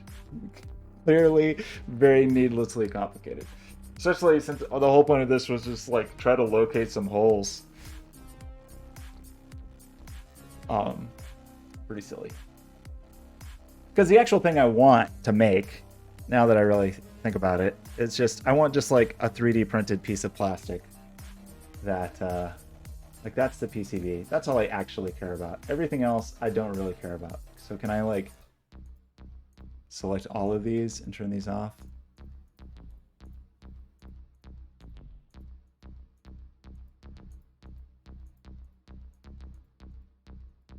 Because I think I just want to make a like 3D printed doodad. What are all those? Oh, assembly contexts. Is that like... Where are all of those other pieces? Oh, there's just more stuff. Oh my gosh, there's so much stuff. There's every individual capacitor, every individual resistor. I guess it makes sense that this is kind of slow to draw, because there's so much stuff. Oh no, and it only turned off one thing? Wait, how can we... Navigating this list is not the best. This is not great.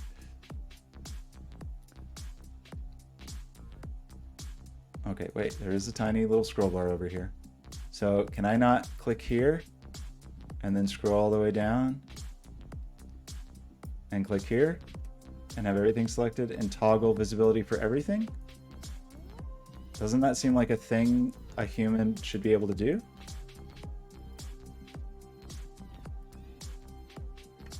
Didn't I just do it a second ago? Like, how'd I turn off all of these up here if I didn't do it in that way? Can I turn all of those things off? No. Cool. How did I turn all of these off if I didn't? Did I click a button? Did I hold a key?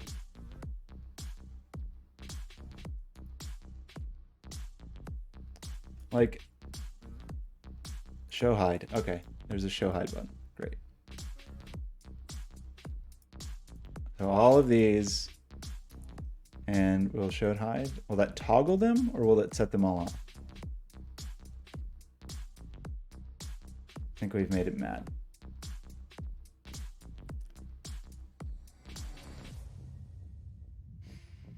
It's also silly because I could just, like, you know, get a piece of plastic and drill some holes in it, which I've done in the past. I like that. I'm just going to try to make something maybe a little fancier to hold other components with some little 3D printed substrate kind of thing. Okay, remove overrides. Take your time. It would be nice to have all the components under a single hierarchy so I could turn them all off. I guess I could drag the PCB out, but I don't know if I could make any modifications.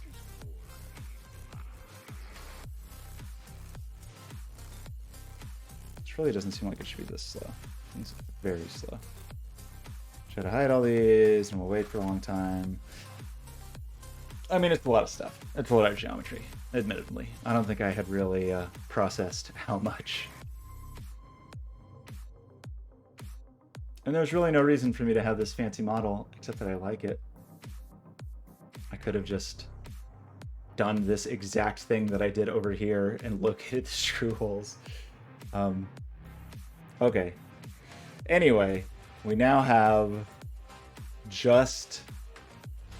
Oh, that's cool. That's just a photo of the PCB that's mapped, and then they did all the components on top of it. That's kind of cool. Okay, anyway, so... Yeah, all I was just trying to think through is if... Are those really 2.5? They look the same as this, which I thought was bigger. I'm just trying to think through if I wanted to make like some little 3D printed dude. And maybe it's like only solid on one side and the other side is just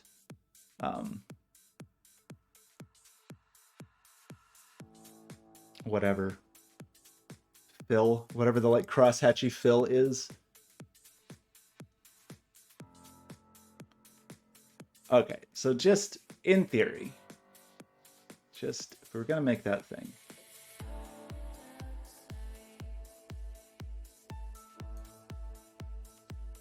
What? Capture position, sure. Okay, did I start a new sketch? I think I did.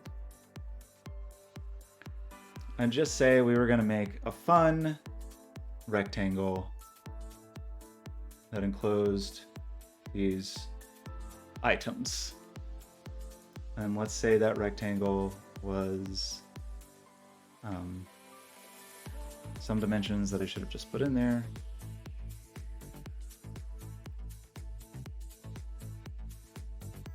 Let's call it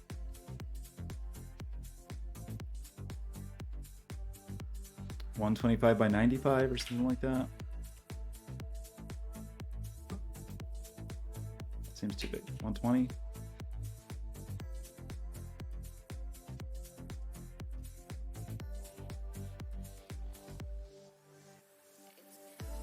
Two. 122. I guess I should just figure out what that width is and add a little bit to it, because that's really I really want it to be.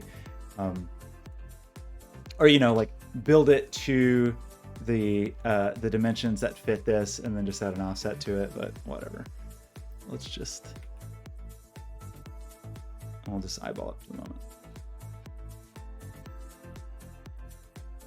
Oh yeah, of course, those are different sizes also, which is also confusing me slightly. Let's just call it 122 by 94 for the moment. And let's Billet.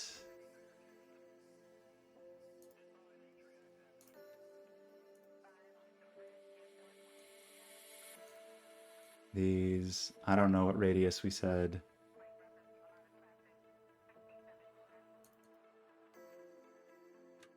Wait, is that not the way I'm supposed to do that? Oh, multi-select.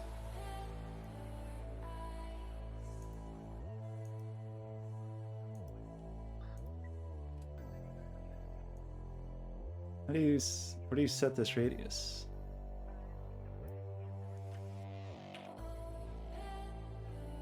I don't remember what we said. 4 millimeters? Okay. So we had a fun thing like this. And then there's definitely a trick where you can, like, I don't know how you do it though. Like if we wanted to locate holes on this that matched the other holes.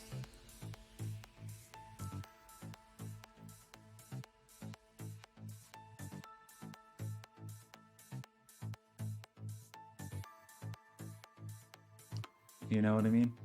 In fact, this should be taller just so we do, or no, it should be wider, I guess, just so we do in theory have more clearance to locate holes on this thing if we want to.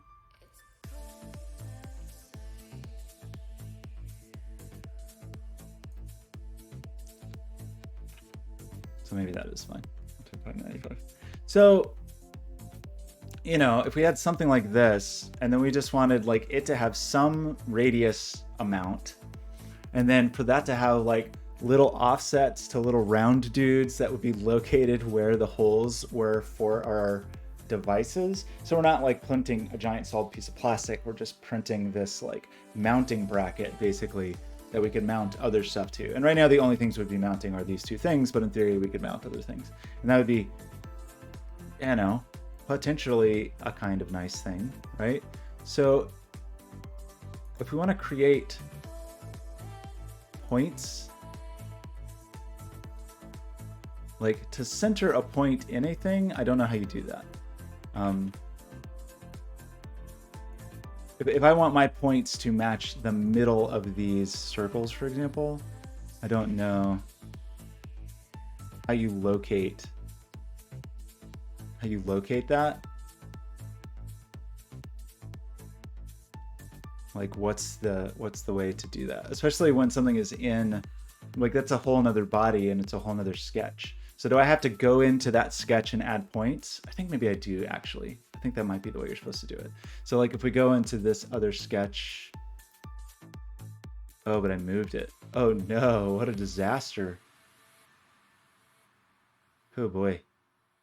Well, okay, let's turn off the bodies for a second.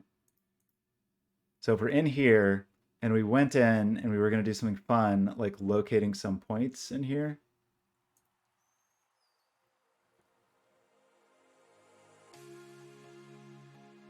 I forgot how. Wait, come back.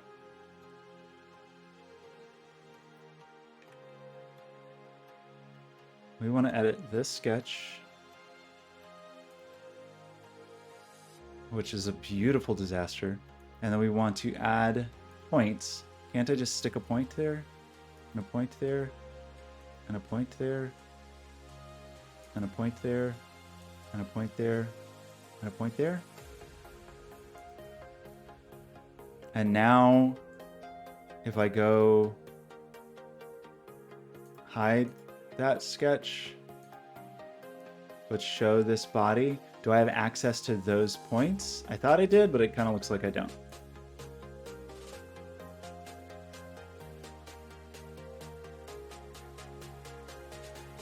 Like, I don't think I could do that. Am I screwed up because now this, like, because I moved this body and so its points don't actually matter? Like, maybe there are points on these sketches? Yeah, okay. So how do I do that after I've moved a thing?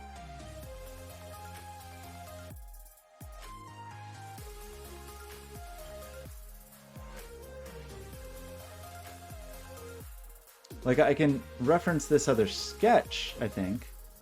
So if I'm going to draw a line, maybe I can't, actually.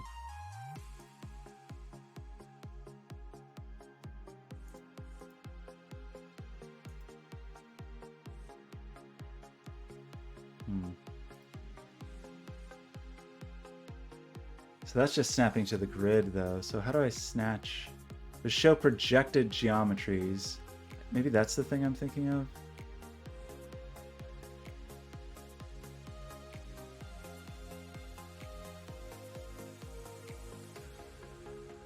But so I can't do it based on the other sketch there, because I'm pretty sure I added points there.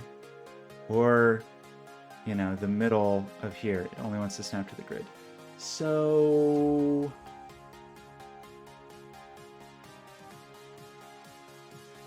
I mean, I know if you do a sketch on a surface, you can do it for like a totally separate body, though. I don't actually know.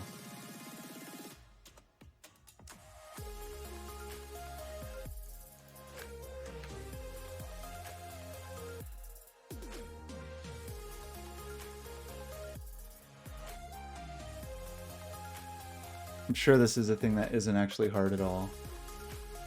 Snap to points from a different sketch, but I want to snap to...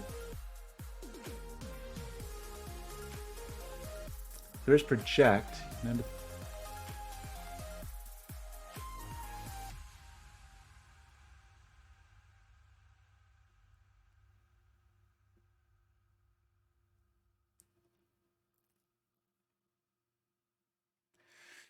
So project the other sketch.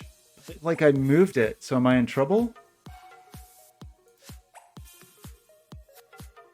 Because I don't want to snap to another sketch. I want to snap to like the center of another body. Snap a sketch on a body or component.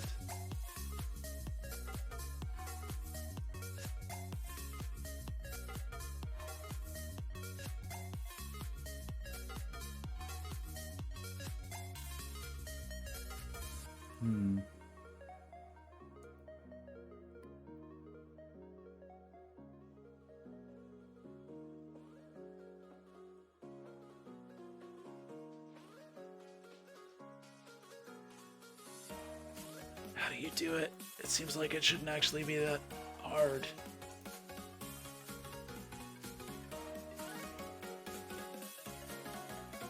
Auto project edges on reference. So somewhere there's a settings menu. How do you think you bring it up?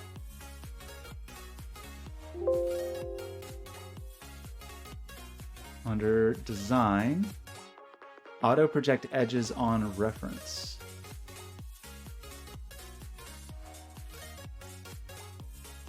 Do you think that works? Well, I can see the edge of that circle.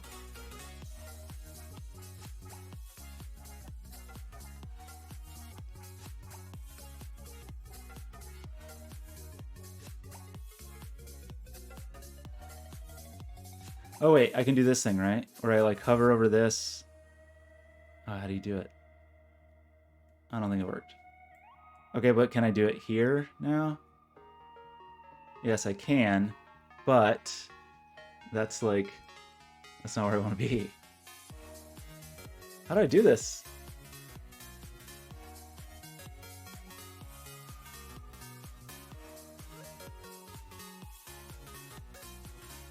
Like, you can do this and then follow along. But if I want to be centered relative to the whole point, how do I place points there? So if I go up here, it works, right? Like, I have the point, but I moved the body, so what do I do? Was there a setting for that also? Like, I just don't know. Scale and turn 3T, sketching of lines and splines, auto project. So the auto project seems like it's kind of doing the thing that I want, but the sketch just isn't where I want it.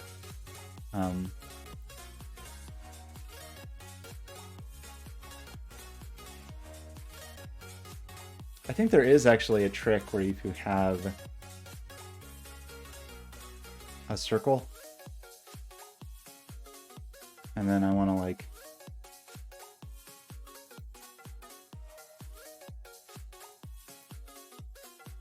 okay, did that work? I think that kind of worked, sort of. So if I want to I don't even remember what I was trying to do now. Does anyone remember what I was trying to do? Who even knows at this point? I was trying to create a circle, I think, in this sketch. So I'm supposed to be editing this sketch. I believe I'm editing this sketch. I wanted to draw a circle that was centered on this circle. But like, not, you know, not there. But now can I drag this and center it there?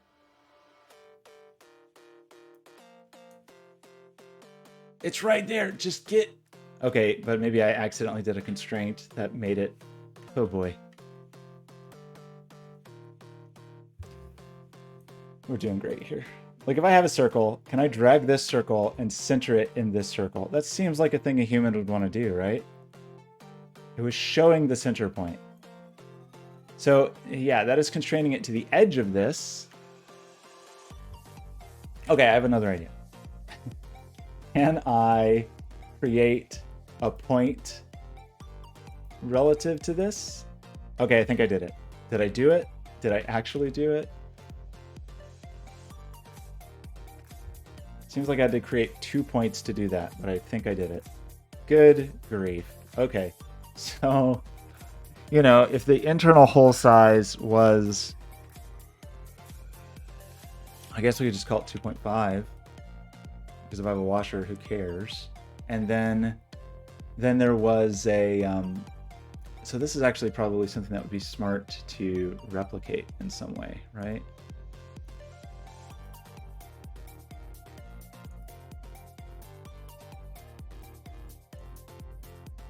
And then this thing was like, whatever, 4 millimeters thick.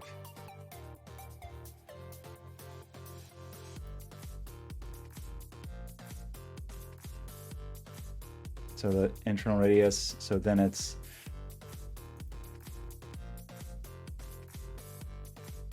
or is that not thick enough? That's probably thick enough, right? You want to live where the sketch meets the body in that beautiful land? So I think if I make one of these, then I can like locate them elsewhere and then connect lines to them, right? So the easy thing, it shouldn't, if this was just like a big piece of material and I just wanted to put holes in the big piece of material, I think that would be easy. The thing I'm trying to visualize is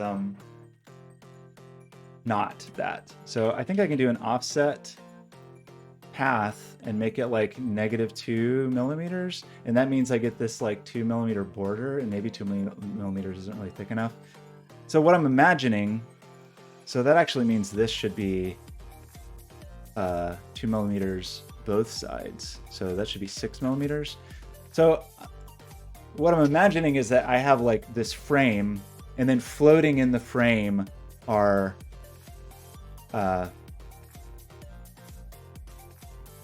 little connector dudes, you know, like some little connection that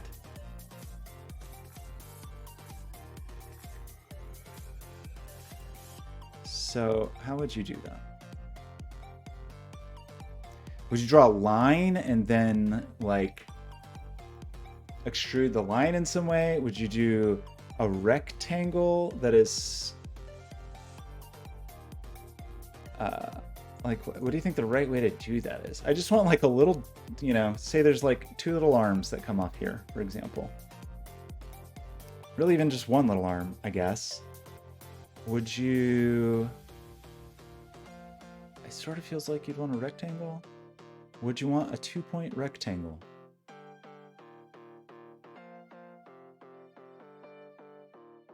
Would you want a 3-point rectangle? Maybe you want a 3-point rectangle and you pick like the bottom and the top.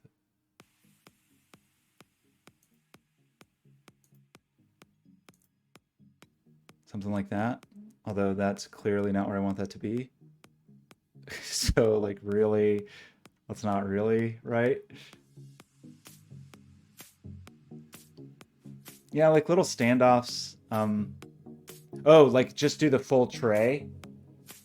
I was just gonna, it's so, 3D printing is so slow. So I guess my goal was to try to print a minimal amount of material. And so that's why I was imagining something more like a wireframe.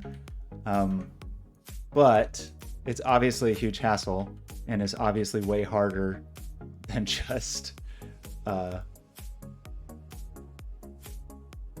doing the thing.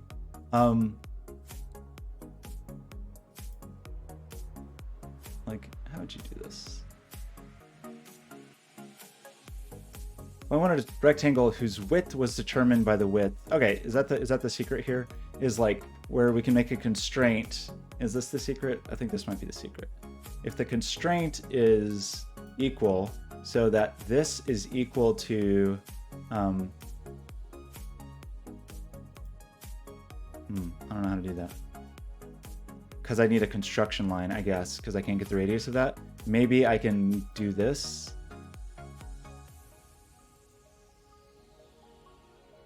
Over constrain. It will?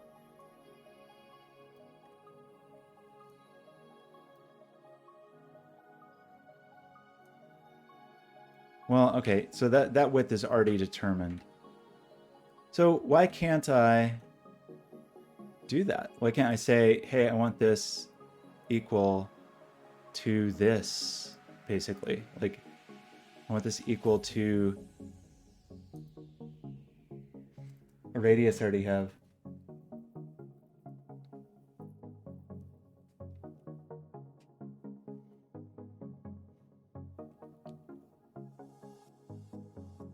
Doesn't this seem like I should just be able to pick whatever I want to make this number equal to this number?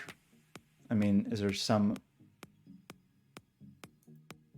That's a horizontal constraint, so it should be horizontal. I need a constraint for the width of this, basically. But I don't really understand why I can't just say, like, this is equal to the radius. I mean, maybe you can't do that, like constrain a width to a radius, because they're different things.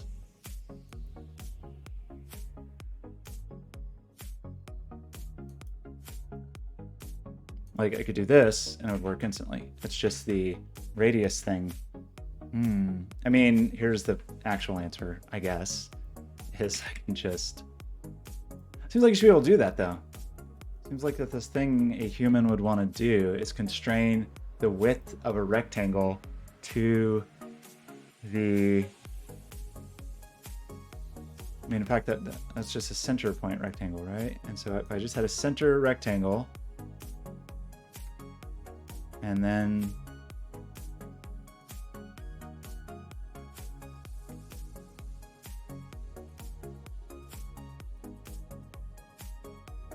perpendicular constraint, horizontal constraint. I'm sure this is incredibly obvious. I'm sure this is like a thing that should be so easy.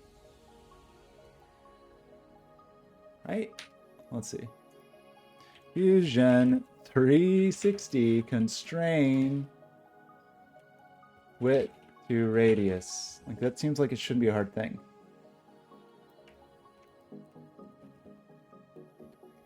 I don't know how the constraints work. How to line up a rectangle ends to a circle diameter. Slot tool. Straight lines and use the tangent constraint. Oh, is that actually the easy answer? But then the straight lines wouldn't be enclosed? Interesting. Well, we could try that. So if we did like this basically, and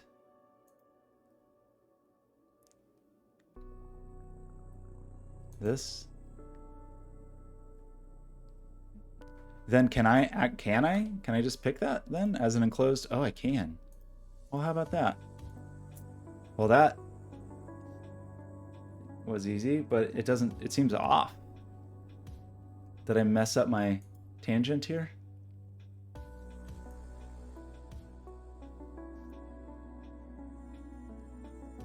Looks like I did. So this point is wrong.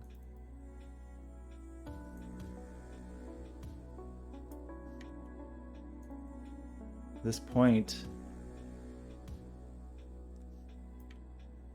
There's a way to do the trick Well, okay, actually the problem though is then it's where I placed this at the bottom, because that tangent is determined by, right? Because if that has a tangent constraint, oh boy.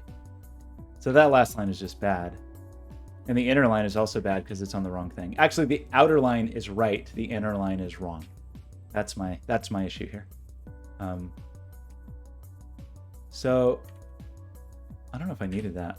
I think I don't need this. And then if I want this line, I actually want to be this tangent, but like there to here. Okay. Does that look better? I think it looks better.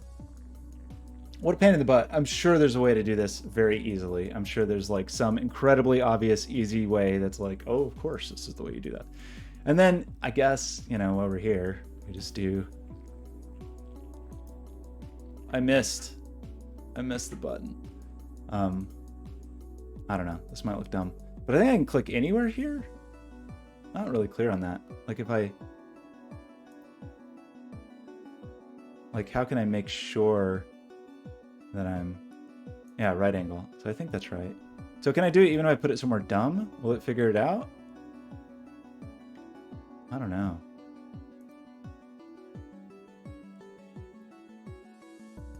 Like, is it actually figuring it out, or is it just, am I just hitting whatever random point on the bottom and it's close-ish? So the thing, you know, that was a whole lot of effort for no reason, but now I could grab this, although now I've like cut this into a million pieces, which is very silly. I'm sure there's a better way to select this, but grab this, and grab this, and then extrude that, and then I just have like a, you know, like a frame to screw into, basically.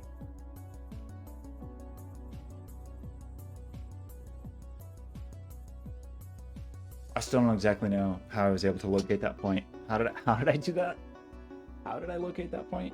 I don't know. I don't know the answer. Get this out of here. So yeah, that's dumb, and it looks dumb because it's pretty dumb.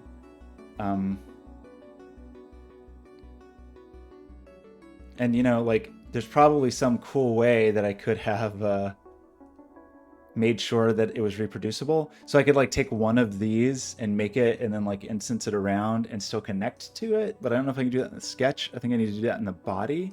Like once it's a body, you can clone them there. I don't know if you can sort of like clone things in a sketch. It seems like there has to be a way, right? A way to like duplicate or something. So there's like circular pattern, rectangular pattern. So duplicate sketch curves in rows and columns. So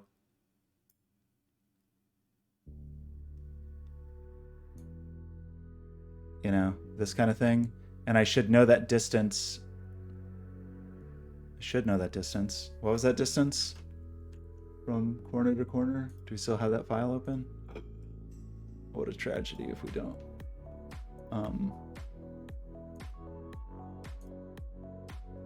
It's these guys, right? So the distance from there to there is 73.7 millimeters.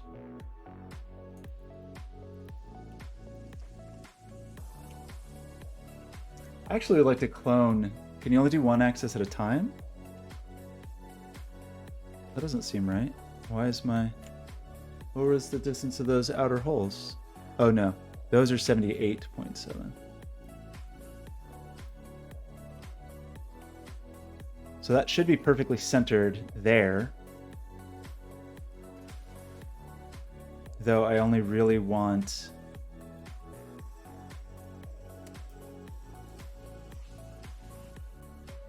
two copies, so it's kind of silly. And I don't actually know if you can do... Maybe you can do this. Yeah. So then we want to do this, and those are what? Are 35.6 millimeters.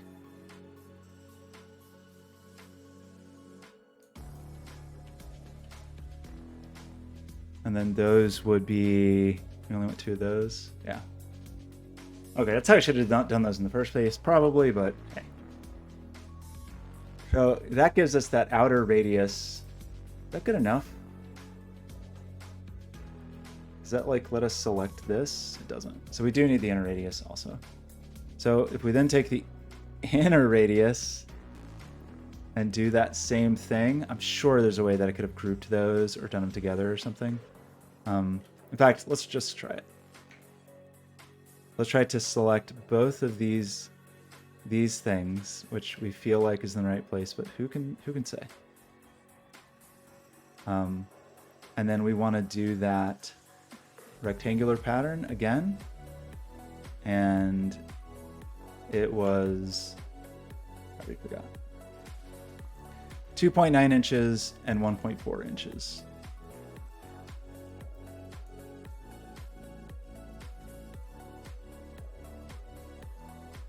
Not true. Not true at all. 3.1 inches and 1.4 inches. 3.1 inches and 1.4 inches. 3.1 inches and 1.4 inches. Okay. So that is, I feel like that's the first thing that has kind of gone right today, although I did screw up. I did screw it up. Because I made too many duplicates. So we only want 2.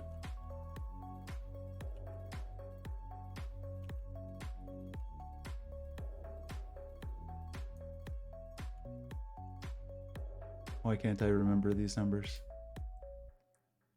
3.1, 1.4.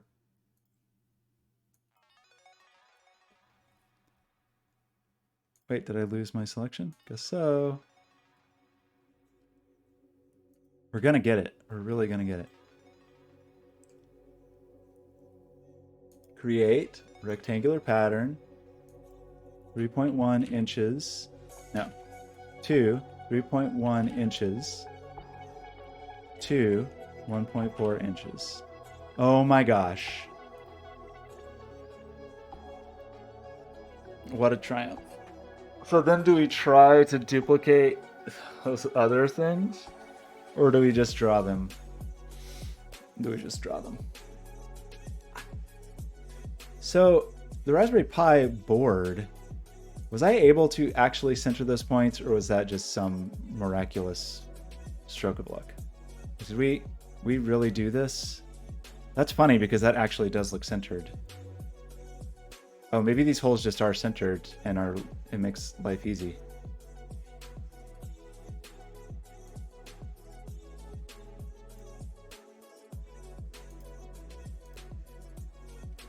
So I gave myself 3 points, but it's okay. I think these actually are centered. I think the Raspberry Pi is designed on a grid where these make sense in a way that other thing was not designed, or maybe it was supposed to be designed and I just had the positioning screwed up, which is probably more likely, actually. But let's just ignore that, because that point seems pretty perfect. Okay. So what were we gonna do? We were gonna do that point. Okay, this is, it's not true here? No, it is true. So I don't know how I messed up so much on the other thing, because that seemed easy. We don't need this point. Now I have a bunch of points that I don't actually need. Okay, so those points seem okay. So now I have the 4 points. So now, I think I just have to draw them again though. So how big did I make this? 2.5 and 4.5. Wait, I thought we changed this to 6.5. Uh-oh. Did that change everything? It did. Okay, I think we're okay. So that worked. And so now 2.5 millimeters.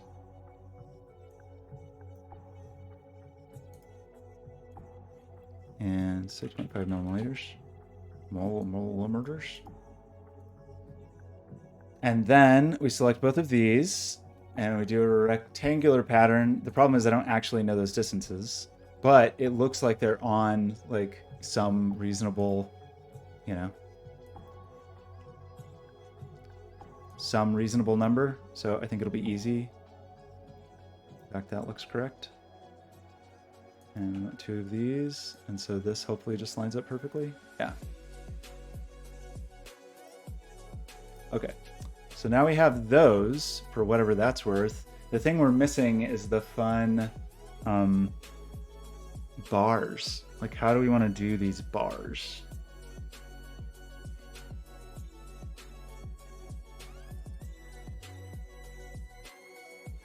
So here's an idea. I'm not going to say it's a good idea, but we like, can we now hide this? Yes.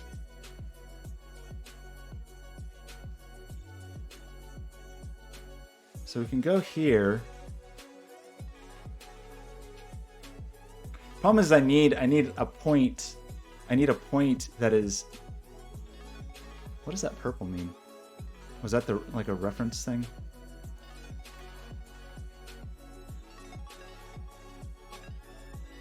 I don't want the purple thing. Or do I have to have it? Because that's what I'm like. Okay. So yeah, what I'm trying to figure out is if there's a way I can like snap to the bottom of this.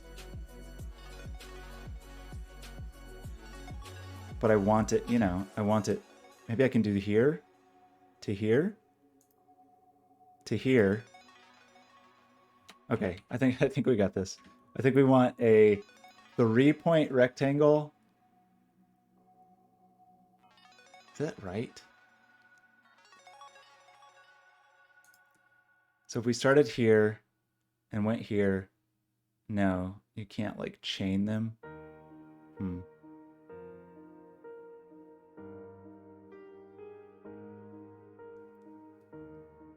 But I guess I could add points there. Would that be really silly? I went here to here and added a point there and here to here.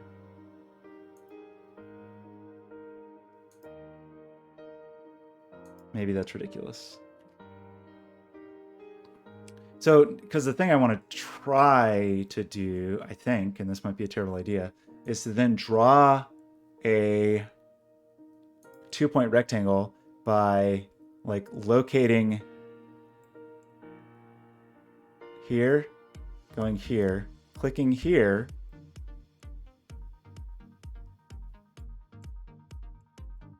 going all the way over here, and trying to snap against that. How about that? You would think that would make the height of my rectangle, well, whatever, 2.5 millimeters, right? Shouldn't it be? So then we have that. It's not constrained, which is not good, but now we can pick the pieces of it if we want. So why do I still see the Raspberry Pi? Yeah, get out of there. You know, we can just do this and just have the pieces and then just extrude this.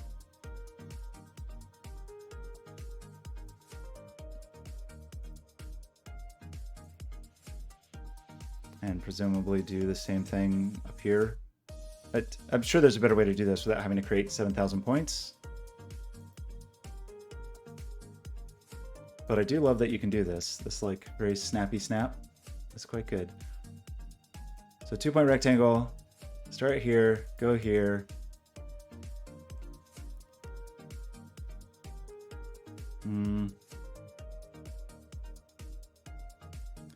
Why didn't we get a snappy snap there?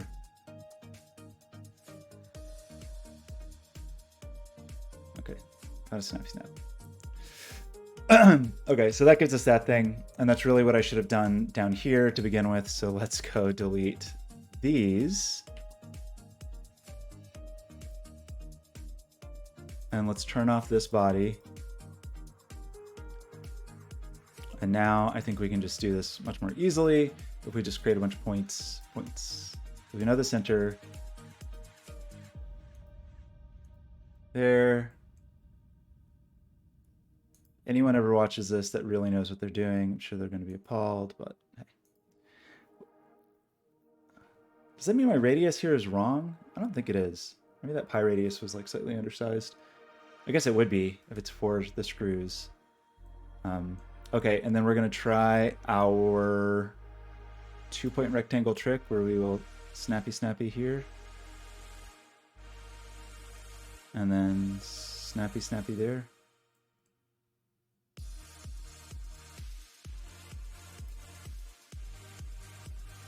And we could add a constraint to that, and it would be fine. And then one more time, snappy.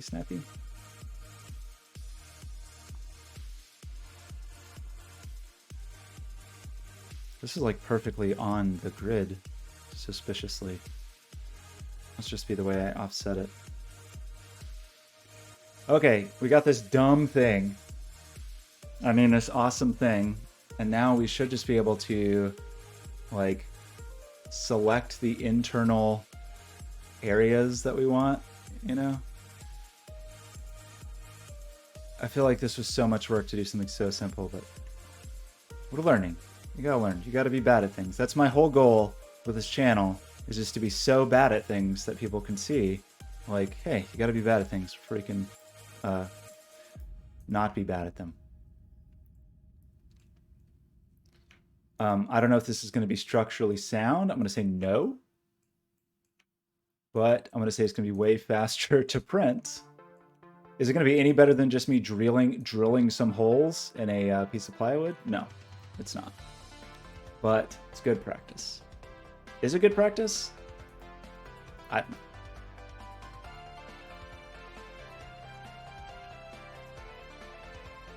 So if we then extruded this and made it, say,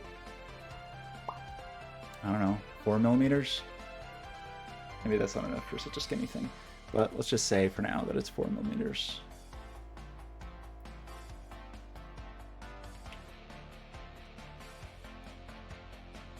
And now we have this very fun body that is...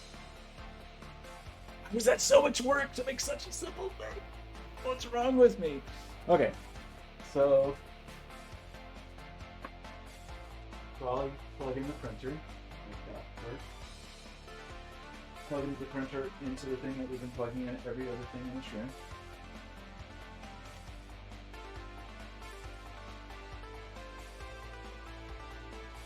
It's alcohol wipe the printer bed. I'm going to assume that my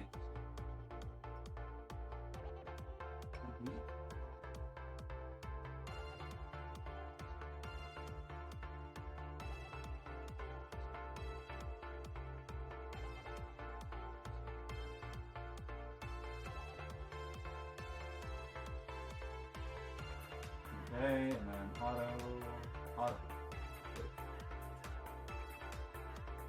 And then let's take this. So I'm going to try a thing that I've never tried before. It will hopefully work.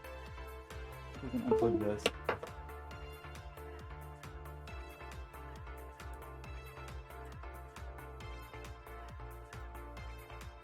For some reason, this little card reader seems like it doesn't work anymore. So this is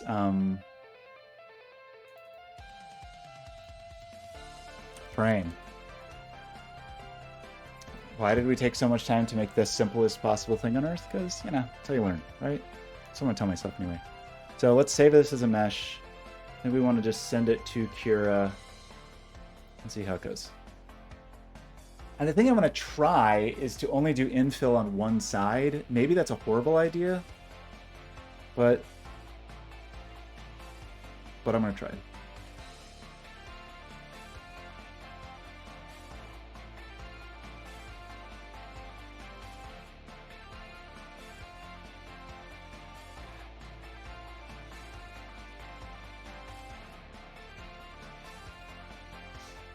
Oh, beautiful yellow frame. Maybe.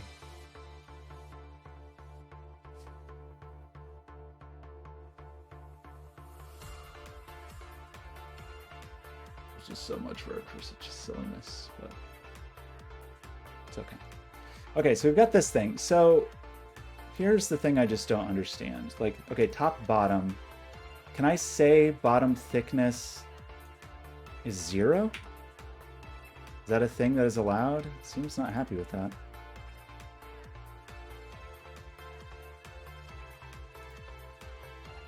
Like, does that just mean that when we're on the bottom, it's not really like there's that much.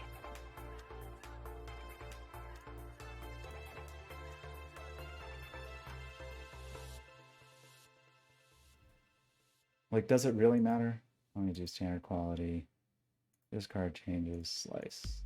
How long does this take to print?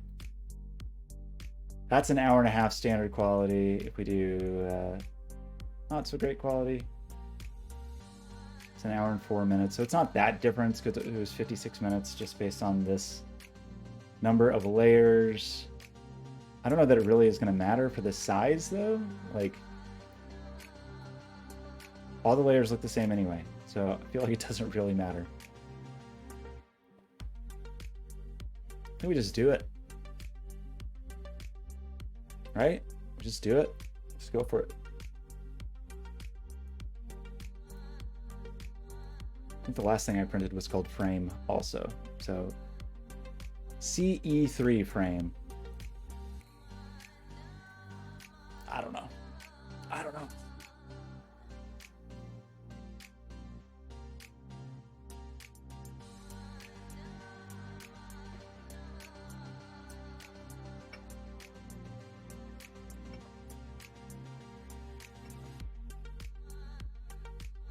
It's out of my hands now.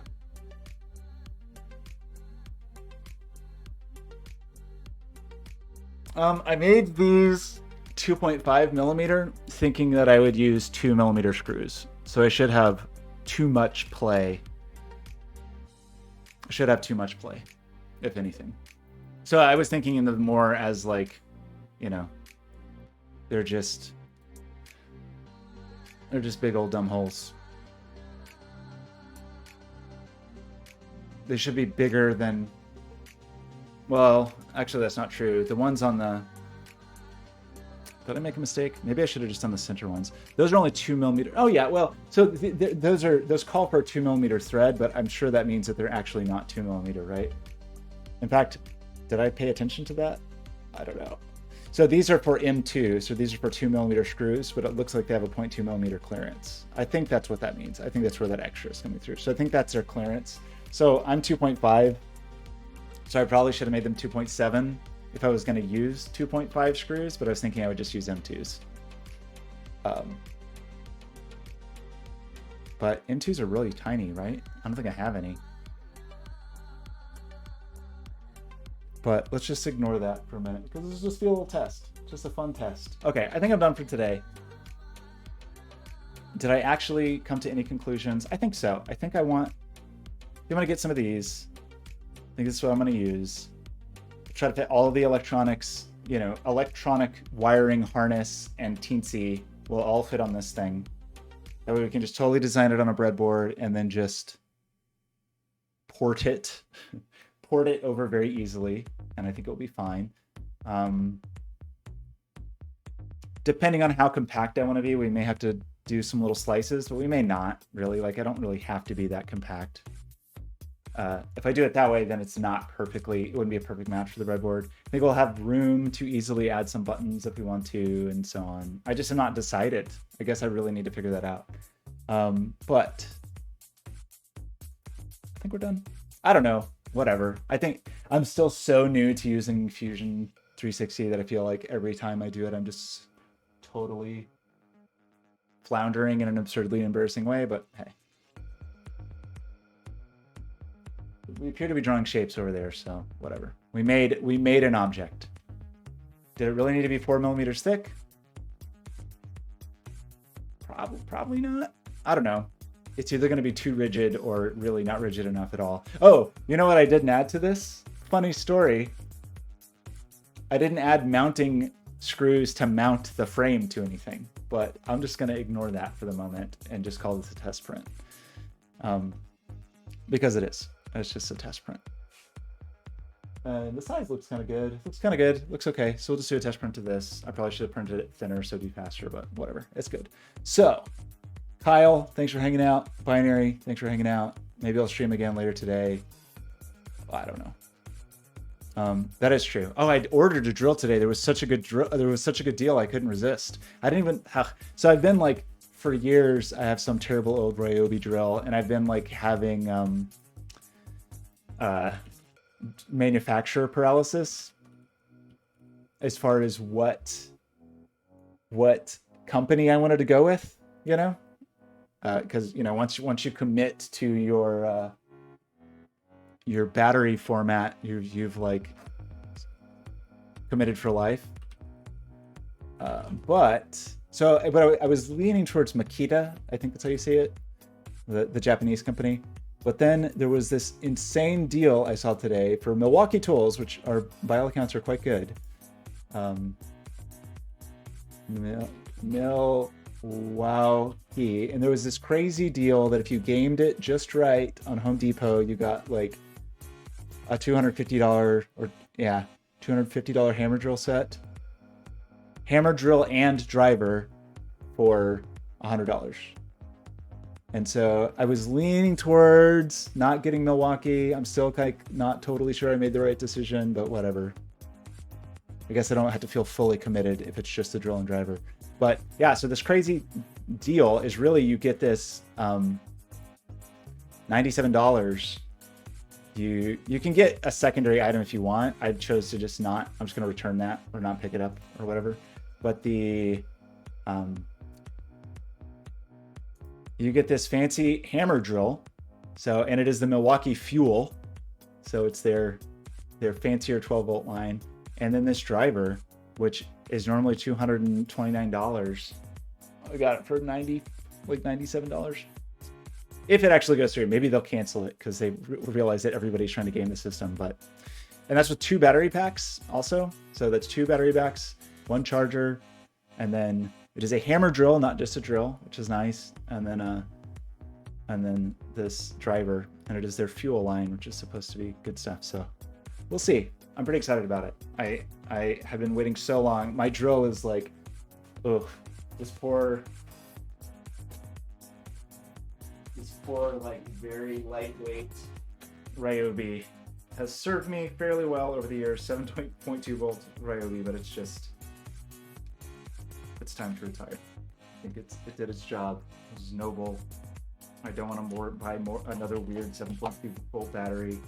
So it's just time to retire and have an actually semi-decent drill. Okay. So that's the drill tip of the day. I guess I could set up the... This is not going to go well, is it?